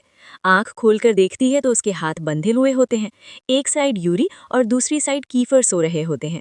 गुस्से में जेजे दोनों को उठाकर पूछती है कि उसे क्यों बांधा गया है। कीफर मजाक में गुड मॉर्निंग बोलता है और थोड़ा और सोने को कहता है, जबकि यूरी उससे रिक्वेस्ट करता है कि दोबारा कभी ड्रिंक ना करे। तब जेजे को याद आने लगता है कि रात को कैंप फायर के पास सब लोग ड्रिंक्स और फूड के साथ एंजॉय कर रहे थे और जेजे ने ज्यादा ड्रिंक कर ली थी। नशे में वो अजीब और वाइल्ड बिहेव कर रही थी और फीलिक्स ने उसका वीडियो भी बना लिया था। कीफर और यूरी उसकी रस्सी खोल देते हैं और जेजे कैंट से बाहर आती है। अभी सुबह हुई नहीं थी, लेकिन बाकी स्टूडेंट्स जाग रहे थे। जेजे को देखते ही सब लोग चिल्लाते हैं कि जेजे पास मत आना। जेजे कंफ्यूज हो जाती है। कीफर बताता है कि थोड़ी देर पहले जेजे खुद कह रही थी कि कोई उसके पास ना आए। स्कूल डेज में जेजे ने वराह को धापू नाम का एक अग्रेसिव कैरेक्टर प्ले किया था, जो लोगों को मार भी सकता था। कल रात नशे में जेजे वही रोल जी रही थी, इसलिए सब डर गए थे। कीफर हंसकर बोलता है कि जेजे ने अपना रोल बहुत रियलिस्टिकली प्ले किया। जेजे पूछती है कि कल उसने एग्जैक्टली क्या किया था। फीलिक्स अपना वीडियो दिखाता है जिसमें जेजे एक बड़ा नाइफ पकड़े खुद को वराकू दाथू बोलते हुए सबको दौड़ा रही होती है। इतना बड़ा नाइफ और नशे में लड़की को देखकर सब लोग डर के भाग गए थे। वीडियो देखकर जेजे शॉक हो जाती है और समझ नहीं आता क्या करे। फीलिक्स बोलता है कि कल रात उसके बिहेवियर की वजह से कोई भी सो नहीं पाया। डेविड जेजे से रिक्वेस्ट करता है कि वो आगे से ड्रिंक ना करे। जेजे प्रॉमिस करती है कि वो दोबारा अल्कोहल नहीं पिएगी। सीएन मजाक में कहता है कि वो जेजे की गलती माफ करता है, बस बदले में उसके दांत ब्रश करवा दे। बाद में जेजे ब्रश कर रही होती है, तब फ्रेया नहा कर आती है और बिना वजह जेजे को ताना मारने लगती है। उसके फ्रेंड्स उसे रोकने की कोशिश करते हैं। जेजे फ्रेया की फेस पर कुछ नोटिस करती है और पूछती है कि ये क्या है, लेकिन फ्रेया इग्नोर करके चली जाती है। जेजे को लगता है जैसे उसने वो चीज पहले कहीं देखी हो, पर उसे याद नहीं आता क्या था। फिर सब लोग ब्रेकफास्ट के लिए जाते हैं। एक बॉय एक प्लेट भर के मीट लाता है। सब थोड़ा थोड़ा लेते हैं और जेजे को भी मिलता है। जैसे ही जय खाने वाली होती है, फ्रेया जानबूझकर उसका खाना गिरा देती है। गुस्से में जय फ्रेया से कहती है कि क्या उसे जरा सी भी समझ नहीं है। वो एक्सप्लेन करती है कि उस मीट को सही टेस्ट तक लाने के लिए कितनी मेहनत हुई होगी, कितनी बार रिजेक्ट हुआ होगा, और अब जब परफेक्टली रोस्ट करके खाने का टाइम आया था तो उसने बेकार कर दिया। जय को खाना वेस्ट होने का गिल्ट अंदर से बहुत ज्यादा फील होता है और वो और ज्यादा अपसेट हो जाती है। कीफर जय का मूड देखकर अपना खाना उसके लिए ले आता है। जय पूछती है कि क्या वो नहीं खाएगा, तो कीफर बोलता है कि उसने सुबह ही ज्यादा खा लिया है और अब भूख नहीं है, जय ही खा ले। ये देखकर यूरी को अंदर ही अंदर जलन महसूस होती है। खाना खत्म करके सब लोग कैंप की तरफ रिटर्न करते हैं और रास्ते में बात करते हैं कि रात को क्या गेम खेली जाए। कुछ लोग हाइड एंड सीक का आइडिया देते हैं और जय को देखकर वर्राकू दाथू कहकर मजाक भी उड़ाते हैं। इसी बीच सीएन जय से उसके कैरेक्टर के बारे में पूछता है। जय बताती है कि वो एक विच का कैरेक्टर था। सीएन हंसकर बोलता है कि विच का रोल जय को परफेक्टली सूट करता है। फिर वो पूछता है कि जब जय ने ड्रिंक करके सब पर अटैक किया था तो बाकी लोगों ने क्या कहा। जय बोलती है कि उसे याद नहीं, क्योंकि ड्रामा के बाद उसे वॉमिटिंग हुई और वो वॉशरूम चली गई। उसके बाद लोग गॉसिप करने लगे कि शायद वो प्रेग्नेंट है।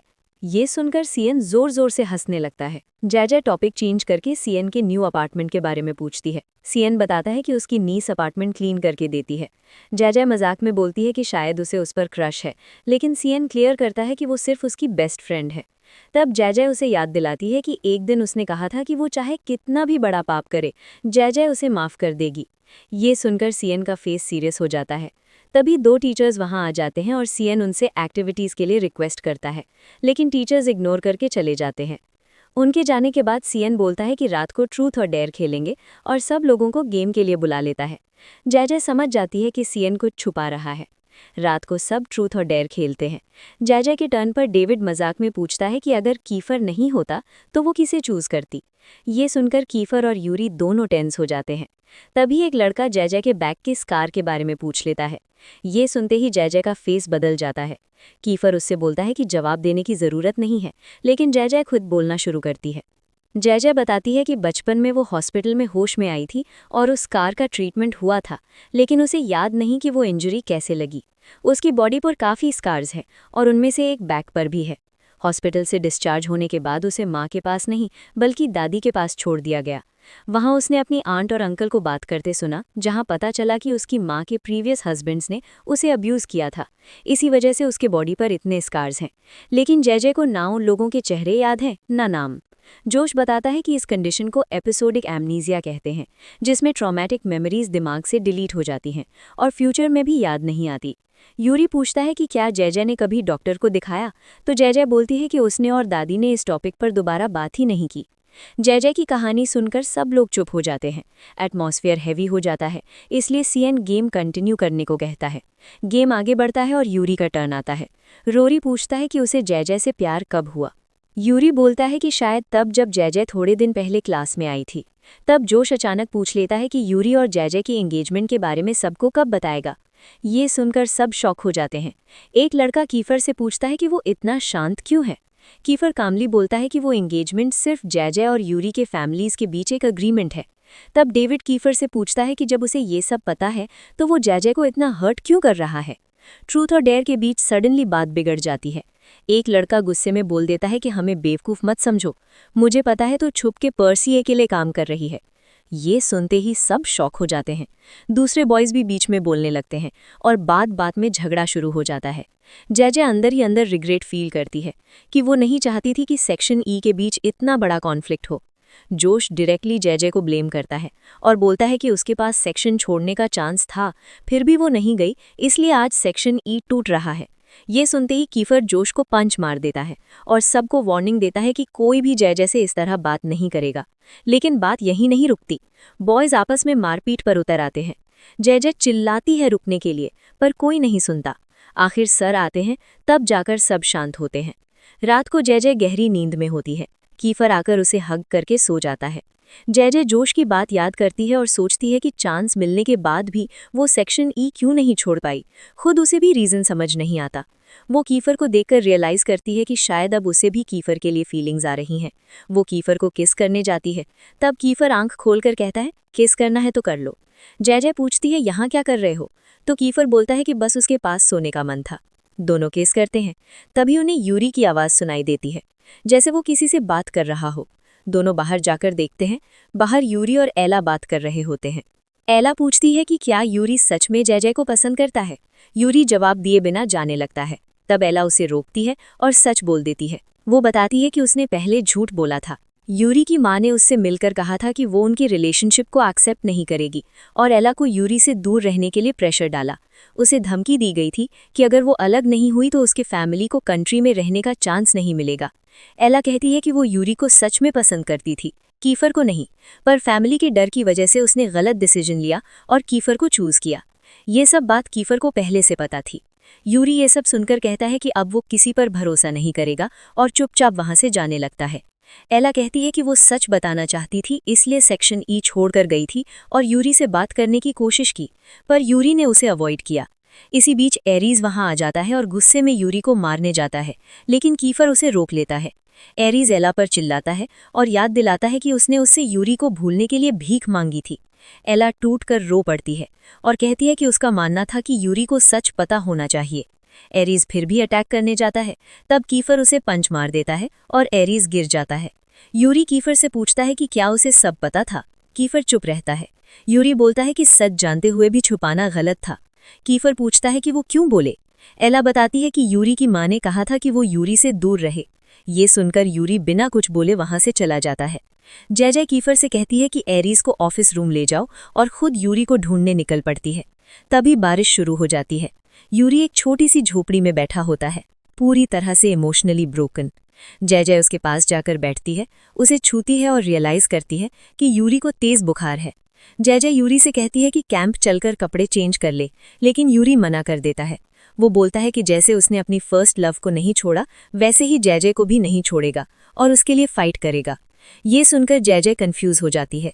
वो मन ही मन कहती है, सॉरी यूरी, मैं अपने दिल को फोर्स नहीं कर सकती कि वो तुम्हें प्यार करे। यूरी अपनी माँ के बारे में बात करता है और कहता है कि अगर उसे कुछ हो गया तो उसकी माँ को बहुत बुरा लगेगा।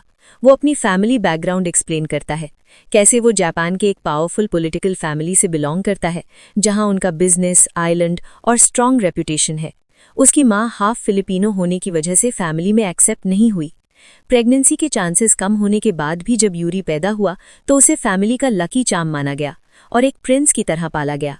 यूरी पूछता है कि क्या उसकी फैमिली अजीब है, तो जय कहती है कि उसकी फैमिली भी कम कॉम्प्लिकेटेड नहीं है, जिस पर यूरी हंस देता है। फिर यूरी एक बड़ा सच बताता है। वो कहता है कि जय और यूरी की शादी का डिसीजन दादी का नहीं था। पहले एंजेलो ने मना कर दिया था, लेकिन बाद में जब एंजेलो की कंपनी कोलैप्स हो गई तब यूरी ने डील ऑफर की। अगर वो कंपनी बचा लेगा तो जय से शादी करनी होगी। इस डील को कोई नहीं मना कर पाया। यूरी माफी मांगता है कि उसमें पहले ये बात छुपाई और कहता है कि अब सच इसलिए बोल रहा है क्योंकि वो जय को पसंद करता है और कीफर से दोबारा हारना नहीं चाहता। वो कहता है कि वो जय को कीफर से प्रोटेक्ट करना चाहता है। जय क्लियरली बोल देती है कि ये लव नहीं बल्कि सेल्फिशनेस है और उसे किसी प्रोटेक्शन की जरूरत नहीं है। इसके बाद दोनों चुप हो जाते हैं और रात वहीं बीत जाती है। सुबह होती है तो यूरी जय की गोद में सिर रखकर सो रहा होता है और जय उस पर झुकी होती है। जय उसे उठाकर चलने को कहती है। यूरी फिर से कहता है कि वो सच में जय को पसंद करता है और अपनी जरूरत के लिए खुद फाइट करेगा। इतना कहकर वो जय को हग कर लेता है। तभी कीफर वहां आ जाता है और दोनों को हग में देख लेता है। जय एक्सप्लेन करती है कि यूरी की तबीयत खराब थी, रात को बारिश हो गई थी और इसलिए दोनों वहीं रुक गए। बाकी स्टूडेंट्स भी आ जाते हैं और जय के कपड़ों पर मिट्टी देखकर पूछने लगते हैं कि क्या उसे चोट लगी है, लेकिन जय किसी को जवाब नहीं देती। जय कीफर से बात करने जाती है, लेकिन कीफर गुस्से में उसे इग्नोर करके आगे निकल जाता है। जय उसके पीछे जाती है। एक जगह कीफर रुककर रो रहा होता है। जय उसे देख लेती है। कीफर कहता है कि वो ये मान लेने की कोशिश करेगा कि उसने कुछ नहीं देखा है और वहां से चला जाता है। जय अकेली खड़ी रह जाती है, पूरी तरह से कंफ्यूज्ड और ब्रोकन। नेक्स्ट सीन में जे अपने ही थॉट्स में खोई होती है। उसे बार बार यूरी की कन्फेशन याद आती है, जहां उसने कहा था कि शादी का डिसीजन उसका अपना था, और साथ ही वो मोमेंट भी याद आता है जब कीफर ने उसे यूरी को हग करते हुए देख लिया था और चुपचाप वहां से चला गया था। एंजेलो जे को समझाने की कोशिश करता है, कहता है कि रिट्रीट वाला इशू उसने बोर्ड के साथ हैंडल कर लिया है और जे से रिक्वेस्ट करता है कि एरीज के लिए थोड़ा प्रॉब्लम से दूर रहे, लेकिन जे का ध्यान कहीं और होता है। तभी एरीज की नींद खुलती है और वो गुस्से में जे से कहता है कि वो वहां से चली जाए। ये सुनकर जेजे का दिल टूट जाता है और वो चुपचाप वहाँ से चली जाती है, जबकि एरीज अकेला रहकर सोचता है कि वो पास्ट को क्यों भुला नहीं पाता और जेजे उसके लिए असल में क्या मीनिंग रखती है। यहीं से फ्लैशबैक स्टार्ट होता है, जहां दिखाया जाता है कि जेजे और एरीज रियल सिबलिंग्स हैं, सेम मदर से लेकिन डिफरेंट फादर से। उनकी माँ हमेशा जेजे को ज़्यादा प्यार करती थी और एरीज के साथ काफ़ी हार्श रहती थी। वो अपनी पूरी लाइफ सिर्फ जेजे के अराउंड प्लान करती थी, यहाँ तक कि कभी कभी ये भी कहती थी कि एरीज को पीछे छोड़ दिया जाए। हर छोटी बात के लिए वो एरीज को ब्लेम करती थी। एक बार जब जेजे को यूरिनरी इन्फेक्शन हो जाता है और हॉस्पिटल में एडमिट करना पड़ता है, उस दिन एरीज का स्कूल का फर्स्ट डे होता है जो वो मिस कर देता है। माँ गुस्से में कहती है कि सारा पैसा हॉस्पिटल बिल्स में चला गया, इसीलिए एरीज स्कूल नहीं जा सकता और वो जेजे का ध्यान नहीं रखता। एरीज सिर्फ एक छोटा सा बच्चा होता है, फिर भी माँ उसे जेजे की बीमारी का जिम्मेदार ठहराती है। उसे बुरी तरह डांटती है और बार बार थप्पड़ मारती है। उस मोमेंट पर दादी आ जाती हैं और माँ को रोकती हैं, पूछती हैं कि बच्चे को क्यों मार रही हो। माँ कहती है कि वो डिसिप्लिन सिखा रही है। दादी एरीज को बुलाती हैं और वो भागकर उनसे लिपट जाता है। एरीज अपनी माँ से पूछता है कि जेजे उसके साथ क्यों नहीं रह सकती, पर माँ उसे झटक कर मना करती है और खुद रोने लगती है।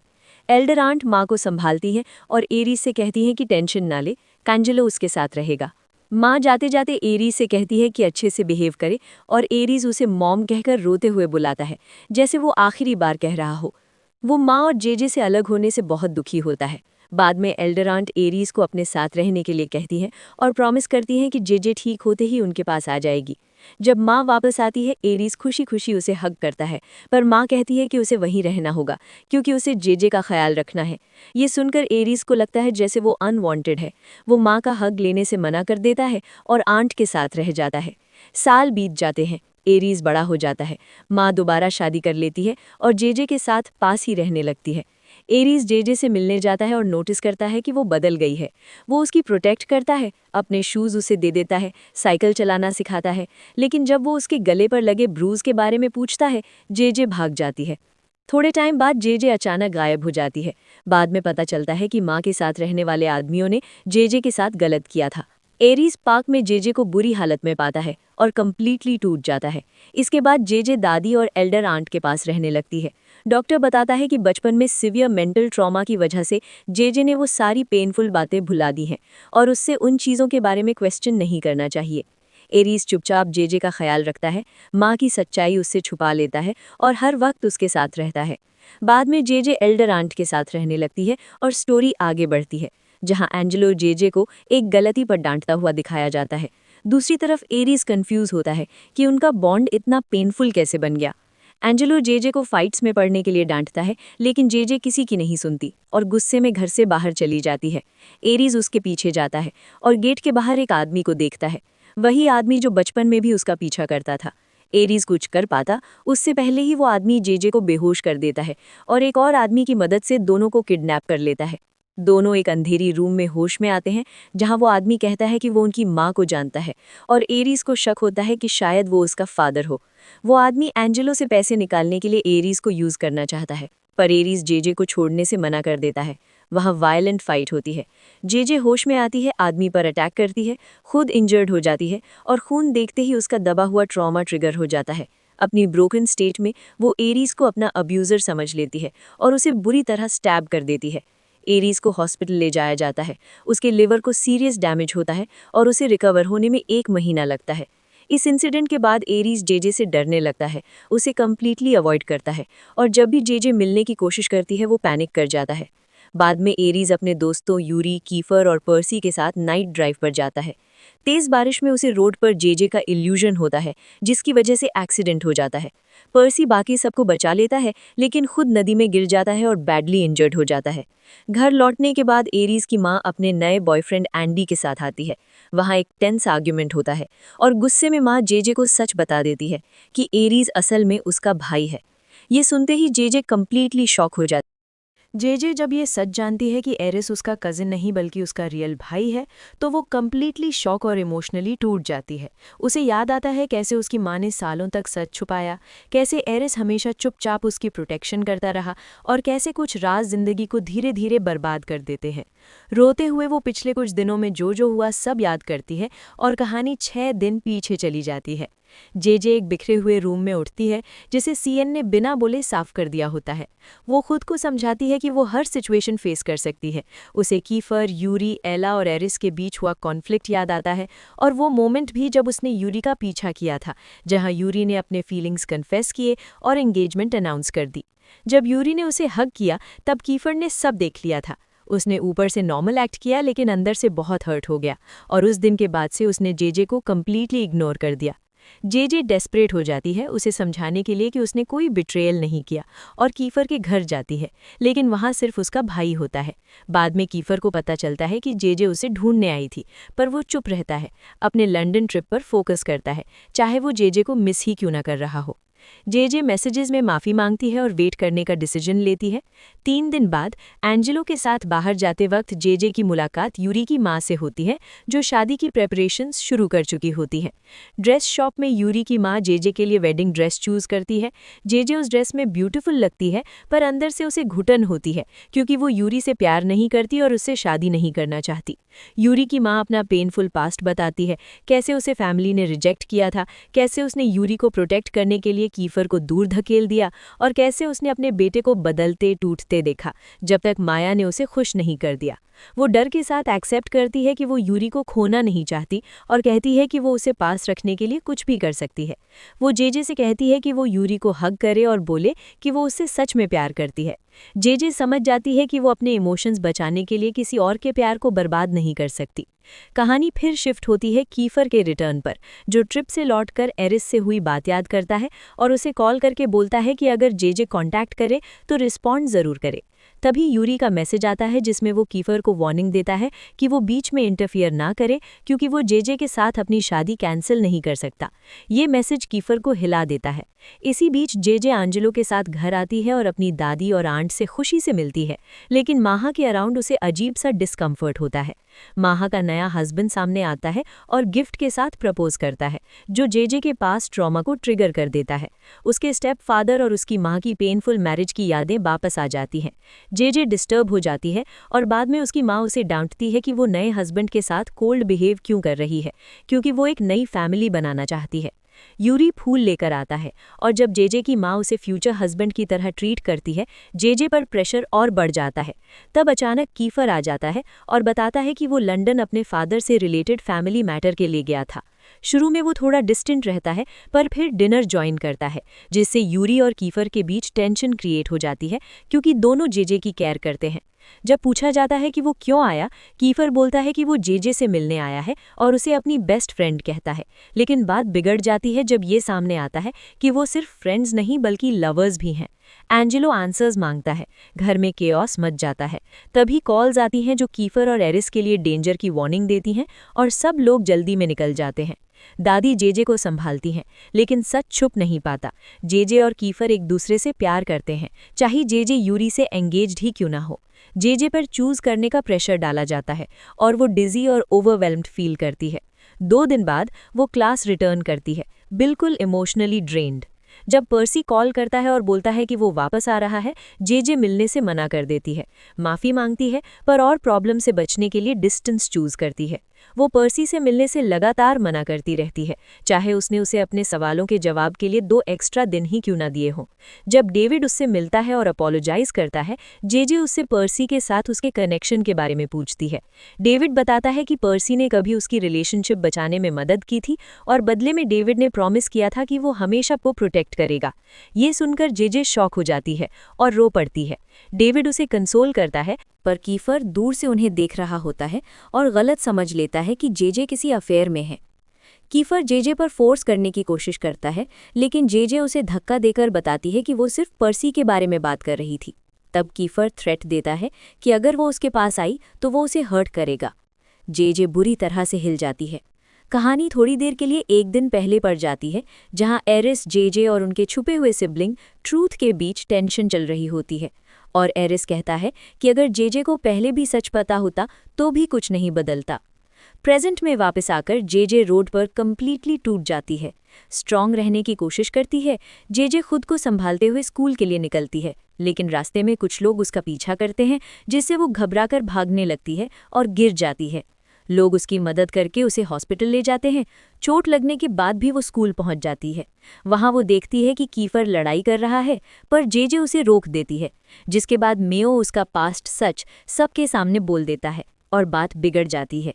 तभी यूरी आकर जेजे को ले जाता है, सबको वार्निंग देता है कि कोई उसके पास ना आए, लेकिन लोग तुरंत उससे अपना रिश्ता तोड़ देते हैं और उसे चैलेंज करते हैं। इस सब के बीच जेजे बेहोश हो जाती है। होश आने पर उसे बताया जाता है कि सेक्शन में सब लोग उसे अपना गलत कह रहे हैं, जिस पर वो रिस्पेक्ट से बात करने को कहती है, पर कोई भी अब उस पर भरोसा नहीं करता और उसे लगता है सब उसके खिलाफ हैं।